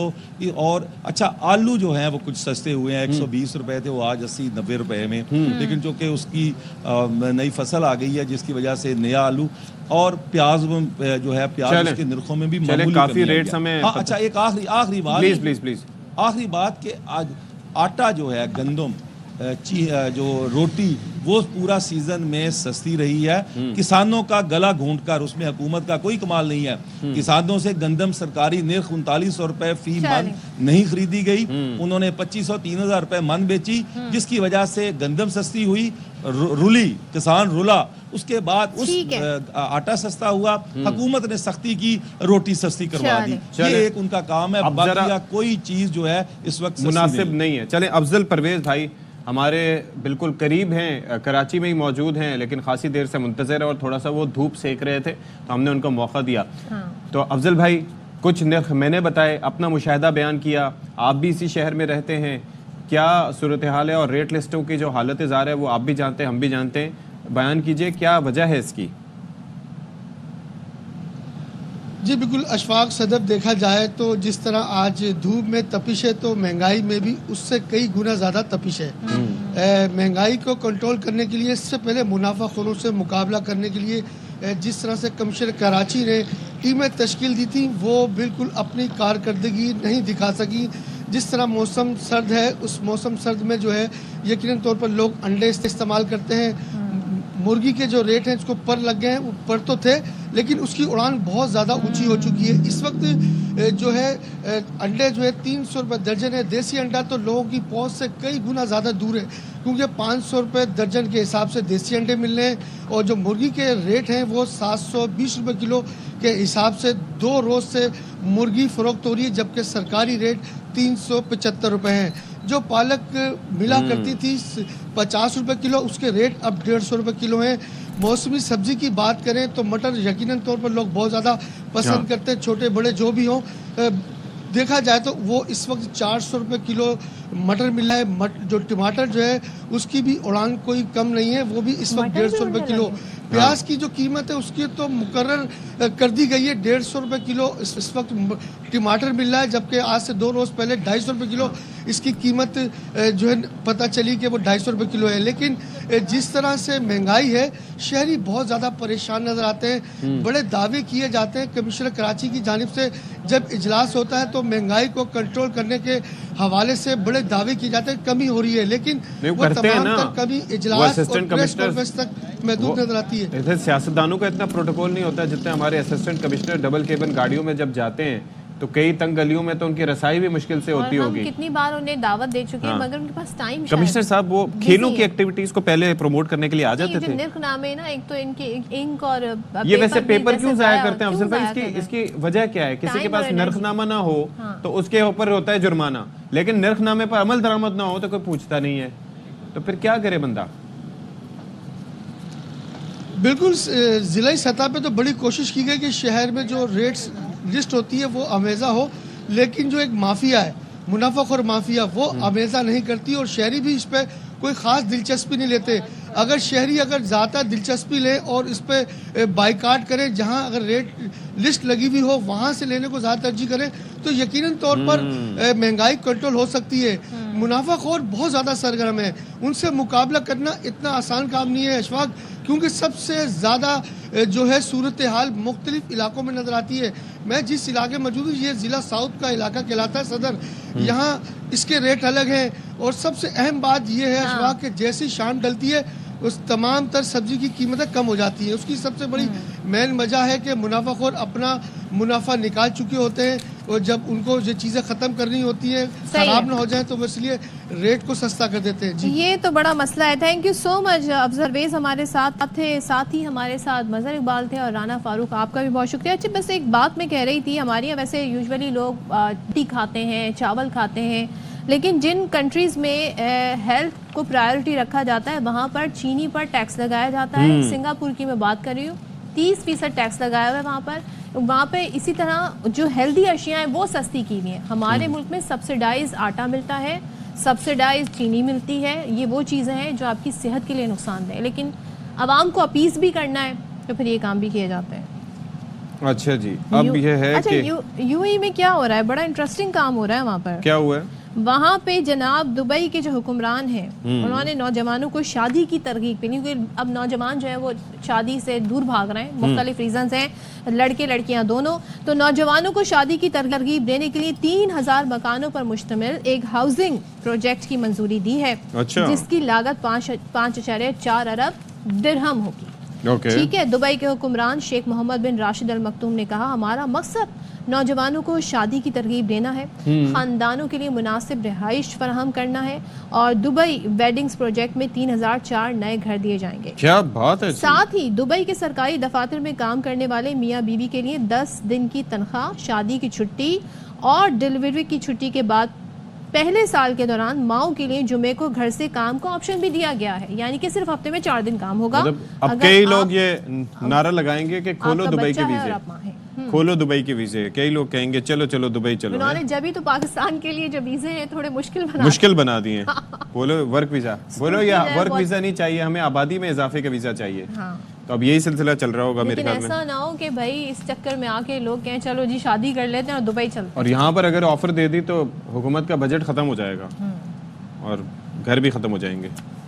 हैं। ये आप देखें कैसी कैसी तरकीबें दी जा रही हैं। जी चले जी, कुछ अपडेट्स हैं वो आपके साथ शेयर कर लेते हैं। सुप्रीम कोर्ट आईनी बेंच, सुप्रीम कोर्ट में फौजी अदालतों के केस की समाअत। वजारत दिफा के वकील ख्वाजा हारिस के दलाइल आई थिंक इस वक्त जारी हैं, तो मजीद इस पर बात कर लेते हैं राजा मोहसिन से। बताइएगा मोहसिन। वजारत दिफा के वकील ख्वाजा हारिस ने अपने दलाइल में आज ये कहा है, सुप्रीम कोर्ट ने माजी में करार दिया कि फौज के मातहत सिविलियंस का कोर्ट मार्शल हो सकता है। जस्टिस जमाल मंदोखेल ने सवाल किया कि मौजूदा केस में मुतासरा फरीक और अपील दायर करने वाला कौन है। ख्वाजा हारिस की जानिब से कहा गया कि अपील वजारत दिफा की जानिब से दायर की गई है। जस्टिस जमाल मंदोखेल का अपने रिमार्क्स में ये कहना था कि वजारत दिफा एग्जेक्टिव का इदारा है, एग्जेक्टिव के खिलाफ अगर कोई जुर्म हो तो क्या वो खुद जज बनकर फैसला कर सकता है। आइन में इख्तियारात की तकसीम बिल्कुल वाज़ेह है। आइन वाज़ेह है कि एग्जेक्टिव अदलिया का किरदार अदा नहीं कर सकता। फौजी अदालतों के केस में ये बुनियादी आइनी सवाल है। ख्वाजा हारिस का कहना था कि कोई और फोरम दस्तयाब ना हो तो एग्जेक्टिव फैसला कर सकता है। जस्टिस जमाल मंदोखेल ने अपने रिमार्क्स में मजीद ये भी कहा कि कानून में इंसदाद दहशतगर्दी अदालतों का फोरम मौजूद है। कानूनी फोरम के होते हुए एग्जेक्टिव खुद कैसे जज बन सकता है।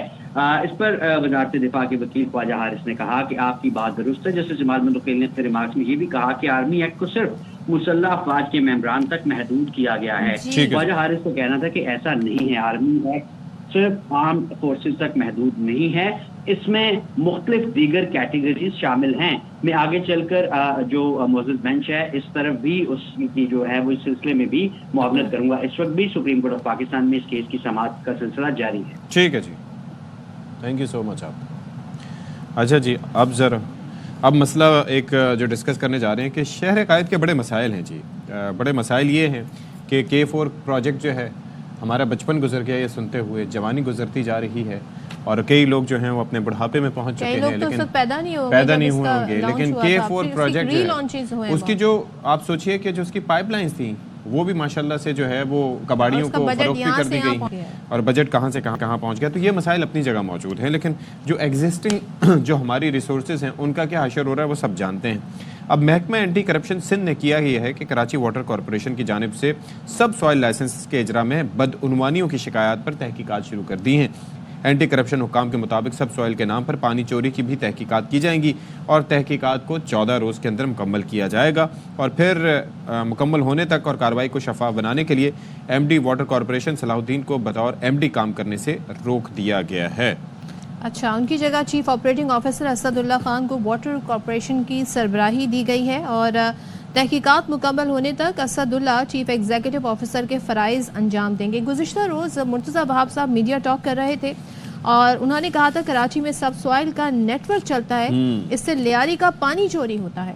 और उन्होंने ये भी बताया कि गुज़िश्ता माह चोरी कराची में पानी चोरों के खिलाफ बड़ी कार्रवाई के दौरान रेंजर्स ऑफ वाटर कॉरपोरेशन ने पानी चोरी का बड़ा नेटवर्क बेनकाब किया था। ये खैर डिटेल सामने आई है और करोड़ों रुपए मालियत का पानी चोरी किया जा रहा था। सो भाई इसकी मजीद क्या डिटेल तो चलें बात कर लेते हैं इस पर। हमारे साथ मौजूद हैं सिंध असेंबली में leader of the opposition Ali Khurshidi Sahab. Thank you so much Ali Khurshidi, आपने हमारे लिए वक्त डाला। ये बड़ा एक आपको पता है हम एक अरसे से बात करते थे कि ये जो हाइड्रेंट माफिया है, ये जो पानी माफिया है, इसके खिलाफ कार्रवाई होनी चाहिए और कहीं ना कहीं सरकारी सरपरस्ती, कहीं ना कहीं सियासी सरपरस्ती है जिसकी वजह से ये कार्रवाई होती है और फिर दोबारा से ये लग जाते हैं। बड़ा मुनाफा बख्श बिजनेस है ये। तो आपकी इस बारे में क्या अब तक की ऑब्जर्वेशन है? कार्रवाई हुई, ठीक हुई, क्या उससे कोई नतीजा निकल पाएगा आपकी नज़र में? सबसे पहले तो बहुत बहुत शुक्रिया आपको, आपके व्यूअर्स को सुबह बखैर। और यकीनी तौर पे एक इम्पॉर्टेंट इशू है, पानी की स्कैसिटी मौजूद है इस शहर कराची में। पिछले 16 सालों से लगभग 1200 MGT मेरे शहर की ज़रूरत है और यहाँ पे मौजूद हुकूमत जो है वो 450 से 550 MGT पानी मुहैया करती है। ये इसका मतलब ये हुआ कि लगभग 1/3 पानी मैसर है और 2/3 जो है वो आबादी पे पानी मैसर नहीं है। फिर होता ये है, इसका नतीजा ये आता है कि मुख्तलिफ इलाक़ों में जो एग्जिस्टिंग इंफ्रास्ट्रक्चर है लोग उसमें जो है वो टेम्परिंग करना और उसमें कुंडे लगाना शुरू कर देते हैं। अब उसकी बहुत सारी किस्में हैं इस शहर कराची में। सब सॉइल वाटर के नाम पर जो है वो वाटर सप्लाई की लाइनों को जो है वो पंक्चर किया जाता है। इसी तरह इलाकों का पानी रोक के दूसरे इलाकों में दे दिया जाता है। मुझे तो मज़ा का खेस लगा इस एतबार से ये डिसीजन के जो जहाँ पे सीईओ साहब को काम करने से रोका गया है। मतलब जो इदारा लिख के दे रहा है वो खुद सबसे बड़ा राशि एक इदारा है। सिंध में एंटी करप्शन का जो इदारा है उसका बुनियादी काम क्या है? उसका बुनियादी काम वैसे तो कुछ और है जो जॉब डिस्क्रिप्शन उसकी है, मगर सिंध में एंटी करप्शन का बुनियादी काम रिश्वत सतानी करना है। यहाँ पे अगर किसी भी महकमे में कोई इरेगुलरिटीज होती है, रिकॉर्ड पे कुछ चीजें हैं नहीं, आई एम नॉट सेइंग कि पानी नहीं चोरी हो रहा। अगर आप थोड़ा सा मुझे टाइम दें, जिसमें ये कहा गया है कि जी रेंजर्स और वाटर कॉर्पोरेशन ने पानी चोरी का बड़ा नेटवर्क बेनकाब किया था, करोड़ों रुपए मालियत का पानी चोरी हो रहा था। तो क्या ये फैक्ट्स नहीं है? फिर इसके खिलाफ क्या एक्शन बनता है कि नहीं? ये बिल्कुल है। मैं एग्जैक्टली देखें, मैं दो बातें कर रहा हूँ मुख्तलिफ। एक तो ये कि पानी कम है इस शहर में। जब पानी कम है, जो मैसर पानी है उसमें चूँकि जब पूरे शहर को एक ही अंदाज से पानी नहीं दिया जाएगा, मैं जिस इलाके में जिस जगह पे बैठ के इंटरव्यू दे रहा हूँ, इलाके में साल में सिर्फ 4 बार पानी आता है। ओके। वो भी 1-1 घंटे के लिए। तो यू कैन अंडरस्टैंड कि यहाँ पर पानी का कितना बड़ा मसला है। नेटवर्क पकड़ा गया। पिछले 2 सालों से हम सुनते हुए आ रहे हैं कि मुख्तलिफ इलाकों में रेंजर्स पुलिस की मदद से जो है वो वाटर कॉरपोरेशन वाले जो है वो पानी की चोरी पकड़ते हैं। आप यकीन जानिए ये आधा सच है। दूसरा सच ये है, ये सर्दियों का सीज़न जब भी आता है, इस चीज़ को समझिएगा कि यहाँ पे क्रैक डाउन किए जाते हैं वाटर कॉरपोरेशन की जानिब से। जी हमने इतने ज़्यादा टेम्परिंग हुई थी, पंक्चर की हुई खपत कम होती है लाइनें, और वो हमने जो है उसको टर्मिनेट का उसको निकाल दिया, हटा दिया। जैसे ही मार्च शुरू होगा, ये जितने कनेक्शंस हैं वो लाखों रुपए रिश्वत देके दोबारा लगा दिए जाएंगे इसी सिस्टम में। ये है असल मसला इस वाटर कॉरपोरेशन का। जब पानी कम होता है तो ये वाली सूरत नहीं। लेकिन मुझे एक बात बताइए कि जब ये मामलात बखूबी देख रहा था वाटर कॉरपोरेशन, लगाना हटाना, फिर ज़्यादा पैसे लेके दोबारा लगाना, तो फिर इसमें एंटी करप्शन को क्या सूझी कि वो भी कूद पड़े इसमें? कि आप समझ रहे हैं कि क्या? मुझे ऐसा लगता है, मेरी ज़ाती राय ये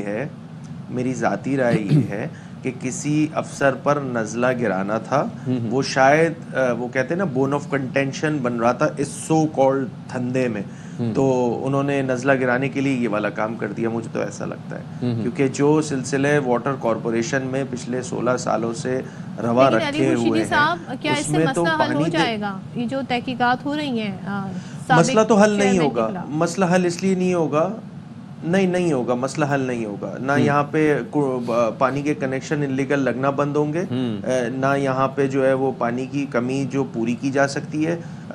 बिल्कुल मैं आपके ऑन एयर ये प्रोग्राम में कह रहा हूँ, देखें जब पानी की कमियाबी होगी ना, ये सारे काम होते रहेंगे। जब तक इस शहर में K3 तक के चीज़ें थी, वहाँ ना पानी चोरी पे चीज़ें होती थी, ना ये कुंडे के कनेक्शंस लगते थे, ना ये सब सॉइल वाटर का धंधा होता था। 2008 ऑनवर्ड्स इस शहर पे जो है वो एक, मैं क्या कहूँ, सख्त अल्फाज हो जाएंगे, पाकिस्तान पीपल्स पार्टी की हुकूमत आ गई, पानी गायब हो गया यहाँ से।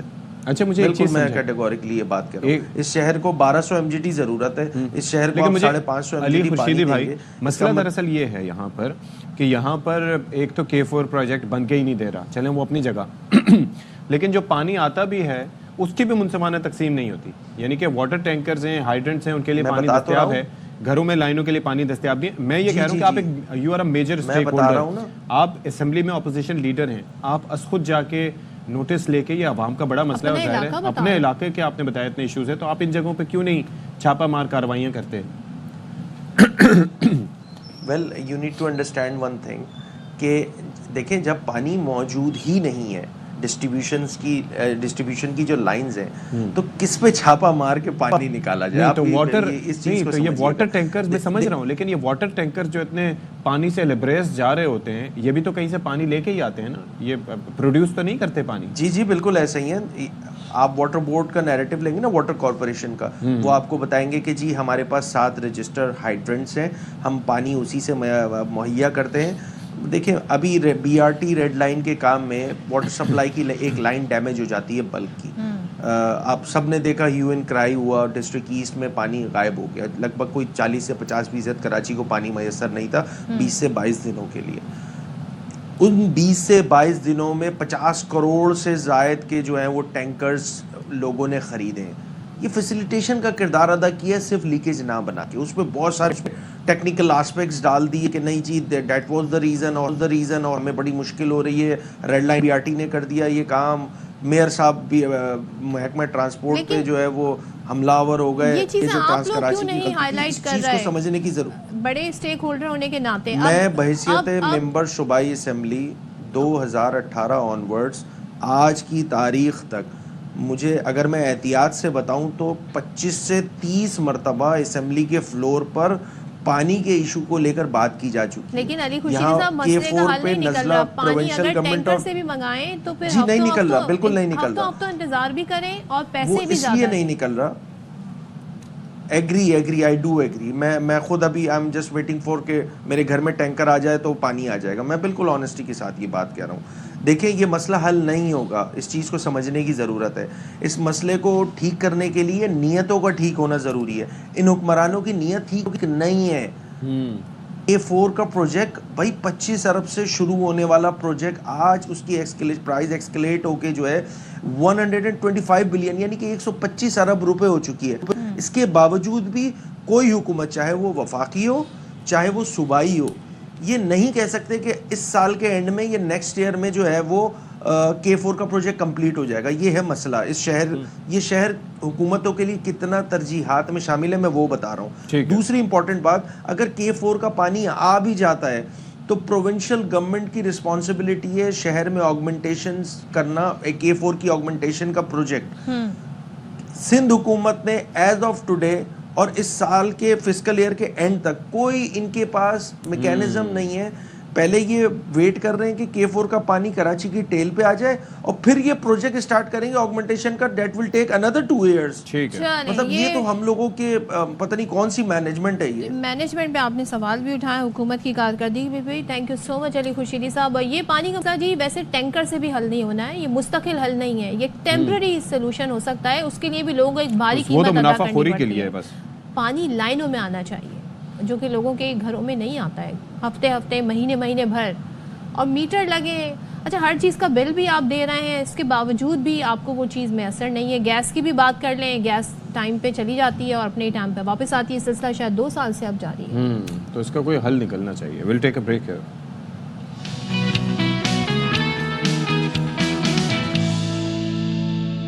भाई सुभान अल्लाह अगेन। और we were caught off guard almost, जैसे कि मुख्तलिफ वायरस आ जाए तो you get caught off guard. अभी ऑस्ट्रेलिया से भी कुछ दिनों खबर आई लैब में से कुछ चोरी हुए थे। 100 से ज्यादा 300 के करीब तकरीबन जो वायरस है वो मिसिंग है। ओए होए होए, मतलब क्या चल के चले गए, कर क्या रहे थे वो वायरस, ऐसे कैसे मिसिंग हो गए? और एक नहीं, 2 नहीं, 300 से ज्यादा। अब चाइना से कुछ खबरें आ रही हैं, और वो कहाँ से निकलेंगे जाके, मैं तो ये सोच रहा हूँ। चाइना में कोई वायरस आ गया। साल के शुरू में प्रेडिक्शन हुई थी कोई पेंडेमिक आ सकता है, अल्लाह रहम करे। HMP वायरस पता नहीं आ रहा है और दुनिया परेशान हो गया है, क्योंकि कोविड के बाद से आपको पता है कि सारे परेशान हो गए हैं कि ये नया कोई सिलसिला ना आ जाए। अच्छा, अब हुआ ये है कि चीन के अस्पतालों में इस वायरस समेत सांस के मरीजों की तादाद बढ़ रही है। वो जाहिर है कि आप अंदाजा कर सकते हैं कि ये। अच्छा, इसके बारे में कहा गया है कि पहले अपर रेस्पिरेटरी जो आपका ट्रैक है उसको इन्फेक्ट करता है, फिर उसके बाद मामला आगे भी जाते हैं। अच्छा, भारतीय मीडिया ने बताया है कि बच्चों में ये केसेस सामने आए पीर को भारत 5 केसेस की तस्दीक भारत में हो गई और उनकी ट्रैवल हिस्ट्री भी कोई नहीं थी। तो ये बड़े मसाइल हैं जी। और ना ही कोई अलामात जाहिर हुई। बिल्कुल सिमिलर हमें ये कोविड से लग रहा है। और चीन में बीमारी दिसंबर के आखिर में 14 साल और उससे कम उम्र के बच्चों में जाहिर हुई। क्या ये ख़तरनाक है, क्या ये नया कोई वायरस है या कोई पुराना है, इस पर बात कर लेते हैं। हमारे साथ मौजूद है माहिर infectious disease doctor Mehreen Fatima. Thank you so much doctor Mehreen हमें ज्वाइन करने के लिए। HMV वायरस है, क्या ख़तरनाक है, पुराना है, नया है, क्या है, ज़रा बताइए। अच्छा, सबसे पहले तो मैं ARY का और आप लोग का थैंक करना चाहूँगी, क्योंकि जो है वो आप लोग ने ARY के ज़रिए एक ऐसा फोरम प्रोवाइड किया जिसके ज़रिए में न्यू वायरस जिसको कहा जा रहा है सो कॉल्ड न्यू वायरस, उसके बारे में एक तो आगाही भी प्रोवाइड कर सकती हूँ। दूसरा ये कि कुछ इम्पॉर्टेंट इंफॉर्मेशंस हैं और कुछ प्रिवेंशंस हैं जिसके बारे में मैं बता सकती हूँ। आपने टर्म यूज़ की सो कॉल्ड। अच्छा, वो इसलिए कि ये हरगिज़ एक नया वायरस नहीं है। ठीक है। ये जो है अगर हम HMV की हिस्ट्री देखें तो ये 2001 में सबसे पहले आइसोलेट हुआ ह्यूमंस के अंदर। लेकिन अगर इसके और हम हिस्टोरिकली बैकग्राउंड में जाते हैं तो ये पता चलता है कि ये उससे भी 50 साल पुराना जो है ये वायरस ह्यूमंस में मौजूद है, तो ये जो है न्यू वायरस हरगिज नहीं है। अच्छा, और ऑन एंड ऑफ इसके केसेस जो हैं वो दुनिया भर में रिपोर्ट होते रहे। न्यू वायरस नहीं है तो इट मींस के it doesn't that much, it is not that much dangerous. अच्छा, उसकी तरफ हम फिर आते हैं आगे, लेकिन ये कि सबसे पहले जो न्यूज़ आ रही हैं सोशल मीडिया पे और दूसरे जो चैनल्स हैं उस पर आ रहा है कि ये कोई नया वायरस कोविड के बाद आ गया, तो ये मैं क्लियरिफिकेशन कर दूं कि ये एक नया वायरस बिल्कुल नहीं है। और दूसरा ये कि इसकी अलामतें दूसरे रेस्पिरेटरी जो वायरसेस होते हैं जो कि बहुत ज़्यादा कॉमन है, इन्फ्लुएंजा वायरस है, राइनो वायरस है, कोल्ड जो फ्लू वायरसेस होते हैं, और कोरोना की सिम्टम्स सेम ही है। तो ये अपने आप को स्टैंड आउट कैसे करता है? अच्छा, उसमें फिर ये होता है कि सिम्टम्स पे आप डायग्नोज नहीं कर सकते कि कौन सा वायरस है। उसमें यही होगा कि मरीज़ जो है वो नज़ला, ज़ुकाम, बुखार के साथ आएगा। अगर उसकी शिद्दत ज़्यादा होगी तो वो फिर जो सांस की नालियाँ होती हैं और फेफड़ों को भी मुतासिर करके फिर वो ब्रोंकाइटिस, ब्रोंकोलाइटिस या फिर नमोनिया भी कर सकता है। अपर रेस्पिरेटरी ट्रैक्ट से फिर लोअर रेस्पिरेटरी ट्रैक्ट की सिम्टम्स। अच्छा, लेकिन यही है कि वैसे तो वायरस किसी को भी लग सकता है, लेकिन ये होता है कि ये वायरस ज़्यादातर जो बच्चे हैं, ख़ास तौर पे 5 साल से कम उम्र या 14 ईयर से कम, और जो ओल्ड एज है उसमें ज़्यादा होगा, या फिर इम्यूनो कम्प्रोमाइज। ठीक है, उसमें सबसे ज़्यादा जो हमें ख़तरा है वो ट्रांसप्लांट पेशेंट्स में होता है। तो और इम्यूनो कम्प्रोमाइज जो पेशेंट्स होते हैं उनमें होता है कि सिवियरिटी ज़्यादा होगी और वायरस भी ज़्यादा लग सकता है। It is no way similar to कोविड-19 इन टर्म्स ऑफ डेंजर और lethality। अच्छा, देखिए जो भी जितने भी वायरसेस होते हैं ना, तो उनमें सिवियरिटी डिपेंड करती है आपकी इम्यून स्टेटस के ऊपर। इवन इन्फ्लुएंजा से भी ओल्ड एज में और जो इम्यूनो कम्प्रोमाइज पेशेंट्स होते हैं इन्फ्लुएंजा, उनके लिए भी खतरनाक होता है और अमवात हो सकती है, क्योंकि अगर वो वायरल इन्फेक्शन से फिर बैक्टीरियल इन्फेक्शन में कन्वर्ट हो जाए। अच्छा, ये जो है वो सुपर इम्पोज बैक्टीरियल हो सकता है, लेकिन वायरल इन्फेक्शन और बैक्टीरियल नमोनिया बिल्कुल डिफरेंट होते हैं। अच्छा, दूसरा ये होता है कि ये इम्पॉर्टेंट है कि विंटर्स के सीजन में जो जितनी भी रेस्पिरेटरी सिम्टम्स होती हैं ना, रेस्पिरेटरी डिजीजेस होते हैं, वायरसेस होते हैं, उनका सर्च वैसे ही आ जाता है। तो अब जो चाइना में और दूसरे ममालिक में जो अभी देखने में आ रहे हैं, तो ये एक नया वायरस नहीं है। ये होता है कि मॉलिक्यूलर डिटेक्शन पे हर साल जो है वो रिपोर्ट्स बनती हैं, उसमें पता चलता है। तो लेकिन जो कॉमन वायरसेस होते हैं उसमें इन्फ्लुएंजा और राइनो वायरस, मेटानीमो वायरस, और इसके अलावा इसी से मिलता जुलता एक वायरस है RSV। ये वायरसेस रिपोर्ट होते हैं, ठीक है, इसमें परसेंटेजेस बढ़ती हैं। अच्छा, यही वजह बनी है। अच्छा, उसमें तो यही खबरें क्यों आ रही है इंडिया से और चाइना से? तो ये कोई नया वायरस है, सर्च आया है, मतलब केसेस आके बढ़े हैं, और विंटर में नॉर्मली ये केसेस बढ़ते हैं। मुझे एक चीज़ बताइए कि अगर ये आम सिम्टम्स हैं तो नॉर्मली तो हमारे यहाँ और पड़ोसी मुल्क में भी हमें पता ही है कि ऐसे चेक नहीं किया जाता।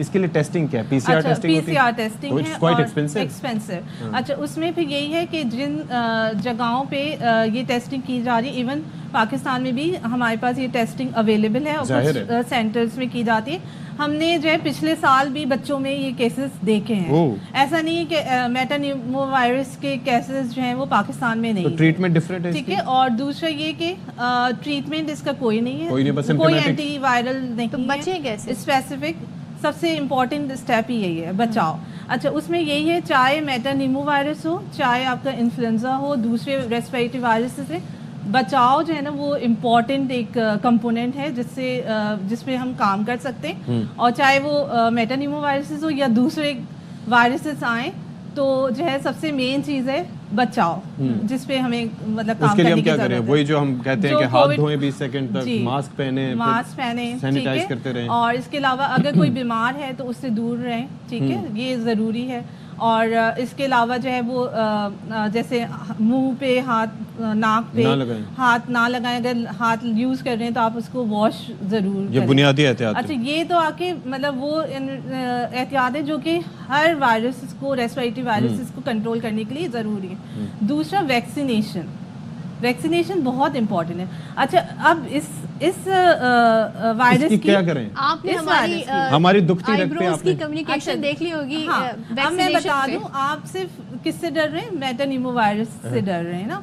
बाकी जो है हमें जो डरना चाहिए वो डरना चाहिए जो हमारा अभी डिफ्थेरिया का आउटब्रेक चल रहा है।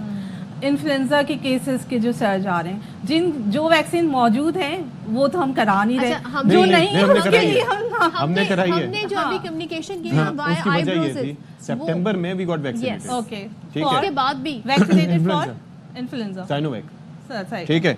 इन्होंने शी गॉट एबिट वाली जो उसके बाद आई गॉट इन्फेक्टेड ट्वाइस। अभी भी आप देख रहे हैं उसका इम्पैक्ट तो एक महीने में 2 दफा। वही मैं बता रही हूँ कि वो फ्लू वायरस लोगों को तरकीब देते रहे कि फ्लू वायरस बहुत मतलब ऐसा नहीं कि 1-2 वायरसेस हो ना, हमें लगती भी वो किस्म में जो जिसका वायरस अच्छा इन्फ्लुएंजा से ही लग रहा है। इन्फ्लुएंजा आपने टेस्ट कराया है? नहीं कराया ना। हाँ यही बात है, टेस्टिंग कराने से पता चलेगा। अच्छा दूसरा ये कि जो वैक्सीन मौजूद है वो हम नहीं करा रहे। ये बीमारी जो है ज्यादातर बच्चों में और बूढ़ों में, तो जो इस एज ग्रुप में कौन सी वैक्सीन करवाएं इन्फ्लुएंजा के अलावा? हाँ इसमें जो है आप निमोनिया की वैक्सीन जरूरी है, आपको जो है इन्फ्लुएंजा वैक्सीन जरूरी है, और बाकी जो बेसिक वैक्सीन है बच्चों के लिए वही पूरी नहीं है, तो इम्यूनो कम्प्रोमाइज स्टेटस वैसे ही लो है, तो ईपीआई प्रोग्राम को भी फॉलो नहीं कर रहे। उससे कम एज के लोग वो भी 60+ कराएं, और लेकिन जिनको कोमॉर्बिड्स होते हैं, जैसे कि जिनको जो है वो सीओपीडी है, जैसे लंग्स की प्रॉब्लम है या हार्ट की प्रॉब्लम है, तो वो लोग जरूर वैक्सीन कराएं। अच्छा एक इम्पॉर्टेंट मैसेज और मैं देना चाहूंगी, वो ये कि ये ज़्यादातर जो रेस्पिरेटरी सिम्टम्स और डिजीजेस हैं ये वायरल हैं, इसमें जो है ना एंटीबायोटिक का कोई रोल नहीं, तो इसलिए जो है ना वो एंटीबायोटिक कोविड के ज़माने से हम उनको कहते हैं, इसलिए कि जैसे ही इन्फेक्शंस बढ़ेंगे तो लोग जो है ना वो धड़ाधड़ एंटीबायोटिक की तरफ जाएंगे, तो वो मैं इस फोरम पे जरूर कहूंगी कि उसको अवॉइड करें। Thank you so much doctor Bahrain Fatima साहिबा, आप तशरीफ लाई माहिर इन्फेक्शियस डिजीजेस की। और भाई ये जो आप वो एंटीबायोटिक यूज करते हैं ना, तो उससे आपकी रेजिस्टेंस भी बनना शुरू हो जाती है, और वो भी बड़ी खतरनाक चीज है। चलिए कुछ अपडेट्स हैं वो बता देती हूँ। लेस्को इंतजामिया ने डिफॉल्टर्स बिजली चोरों के खिलाफ रेंजर्स की मदद मांगी है, और इस हवाले से नोटिफिकेशन जारी किया गया है। मजहर इकबाल मजीद बता रहे हैं। जी मजहर। लेस्को इंतजामिया ने डिफॉल्टर्स और बिजली चोरों के खिलाफ कार्रवाई से हाथ खड़े कर लिए हैं और रेंजर्स की मदद मांग ली है। इस सिलसिले में बाज़ाब्ता नोटिफिकेशन भी जारी कर दिया गया है। पहले मरहले में ओकाड़ा सर्कल में रेंजर्स मुआवनत करेगी, फिर उसके बाद दीगर जो सरहदी इलाके हैं ओकाड़ा और देवालपुर के, वहां पर बिजली चोरों के खिलाफ ऑपरेशन होगा।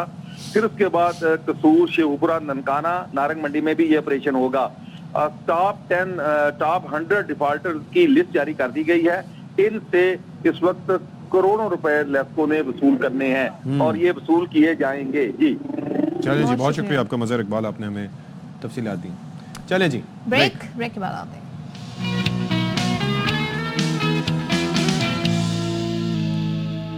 Welcome back once again. तो अशफाक, आपका गला ख़राब है, आपको यखनी की ज़रूरत है। जी, और वो कहते हैं कि यखनी हो, और उसके अंदर हम तो चिकन यखनी का ही मोस्टली सोचते हैं, लेकिन यखनी आप कभी पुलाव के लिए जो यखनी बनती है ना, वो कभी आप यूज़ करके देखें, गायब करके देखें। चलें ऐसा करेंगे। तो कराची में आजकल मौसम सरमा की सर्द शामों में धूम मची है बकरे के नमकीन गोश्त और उससे तैयार यखनी की। वाह वाह वाह वाह, नमकीन गोश्त और मौसम सरमा की सर्द शामें, ओह क्या पोएटिक बात कही है। तो क्या मजीद क्या इसमें पोइट्री है और क्या टेस्ट है और मकाम कौन सा है, मोहम्मद राफी हुसैन बता।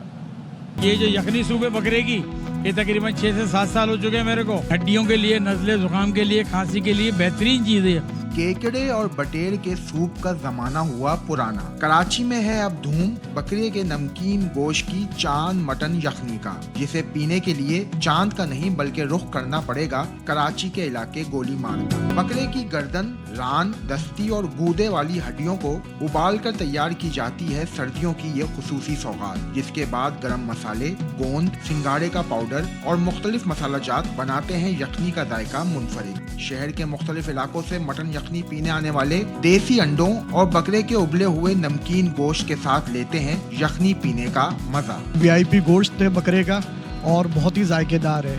जिस रेट में आपको मुर्गी की यखनी मिल रही है उससे कम रेट में आपको मिलेगी बकरे की यखनी, और नमकीन गोश्त डाल के उसका मजा ही अलग होता है। इसके साथ अगर अंडा डाल के पिया जाए तो उसका मजा ही अलग होता है, और सर्दियों की सौगात है, आपको पता है। कराची में 30 साल से लगाई जाने वाली मटन यखनी तवानाई, जोड़ों के दर्द में मुफीद, ताकत की फराहमी के साथ सर्दी से बचने का बेहतरीन और सस्ता नुस्खा है। कैमरामैन मोहम्मद अदनान के साथ राफी हुसैन, AY न्यूज़, कराची। अच्छा, भाई हर क्या चीज को बात ना मुतदिल तरीके से खाएं, हाँ। मॉडरेट लेवल रखें खाएं उसका। सब कुछ, हाँ। यानी कि ये ना करें कि अपनी डाइट को बिल्कुल आप वो मतलब यखनी को जूस ही ना बना लें, जूस समझ के ही ना पीना। और यखनी को यखनी भी समझें। हाँ। ये ना हो कि उसमें से आपने जानवर की रान को नहला के निकाल लिया तो आप समझे कि यखनी है। बहरहाल अच्छा जी, हम आपको एक रिपोर्ट बड़े ही आपके सामने पेश करने जा रहे हैं। बासलाहियत शख्सियत से मिलवाने आप जा ये देखिए कि वो करते तो हैं, वैसे उनका काम है जूतों की मरम्मत, लेकिन 30 साल के अरसा उनको हो चुका है शायरी भी करते हुए। तो कैसी शायरी करते अवार्ड हैं भी मिले जी। तो मलिक नईम वफा रिपोर्ट कर रहे हैं जड़ावाला से। इन्नू किन्ने पानी दिता, इन्नू किन्ने बोया, पत्थर दे जो सीने उत्ते बूटा हो गया। जड़ावाला के कस्बा रुडाला मंडी की फुटपाथ पर बैठकर 3 दहाइयों से देहातियों के फटे पुराने जूते मरम्मत करने वाले ये हैं मुनव्वर शकील, जिसके अशार दिलों में घर कर लेते हैं। जेड़े दिते अड़ जांदे ने, वेखे सूली चढ़ जांदे ने, तू सप्पा नूं मिलण देवें, बंदे भी ते लड़ जांदे ने। 13 साल की उम्र में वालिद की वफात हुई तो घर की कफालत का बोझ कंधों पर आन पड़ा। इसी उम्र में पहला शेर कहा और फिर 7 शायरी की किताबें लिख दी। मुनव्वर शकील की शायरी सुनने वाले इनके मद्दाह बन जाते हैं। ये दौड़े भी लिखते हैं, गजलें, नज़्बें, बोलियां, हर लिहाज ये पंजाबी में बोलते हैं। मुनव्वर शकील की हर किताब और अवार्ड से नवाजा तो गया है, मगर अवार्ड से पेट नहीं भरता। जरूरत इस अमर की है मुनव्वर शकील जैसे बासलाहियत अफराद की हौसला अफजाई की जाए और बाइज़ रोजगार के लिए इक़दाम किए जाए। मलिक नईम वफा, ARY न्यूज़, जड़ावाला। क्या बात है जी, ऐसे लोगों को हाईलाइट किया जाए because they need it the most. इजाजत चाहते हैं जी आपसे, अपना ख्याल रखिएगा, अल्लाह हाफिज।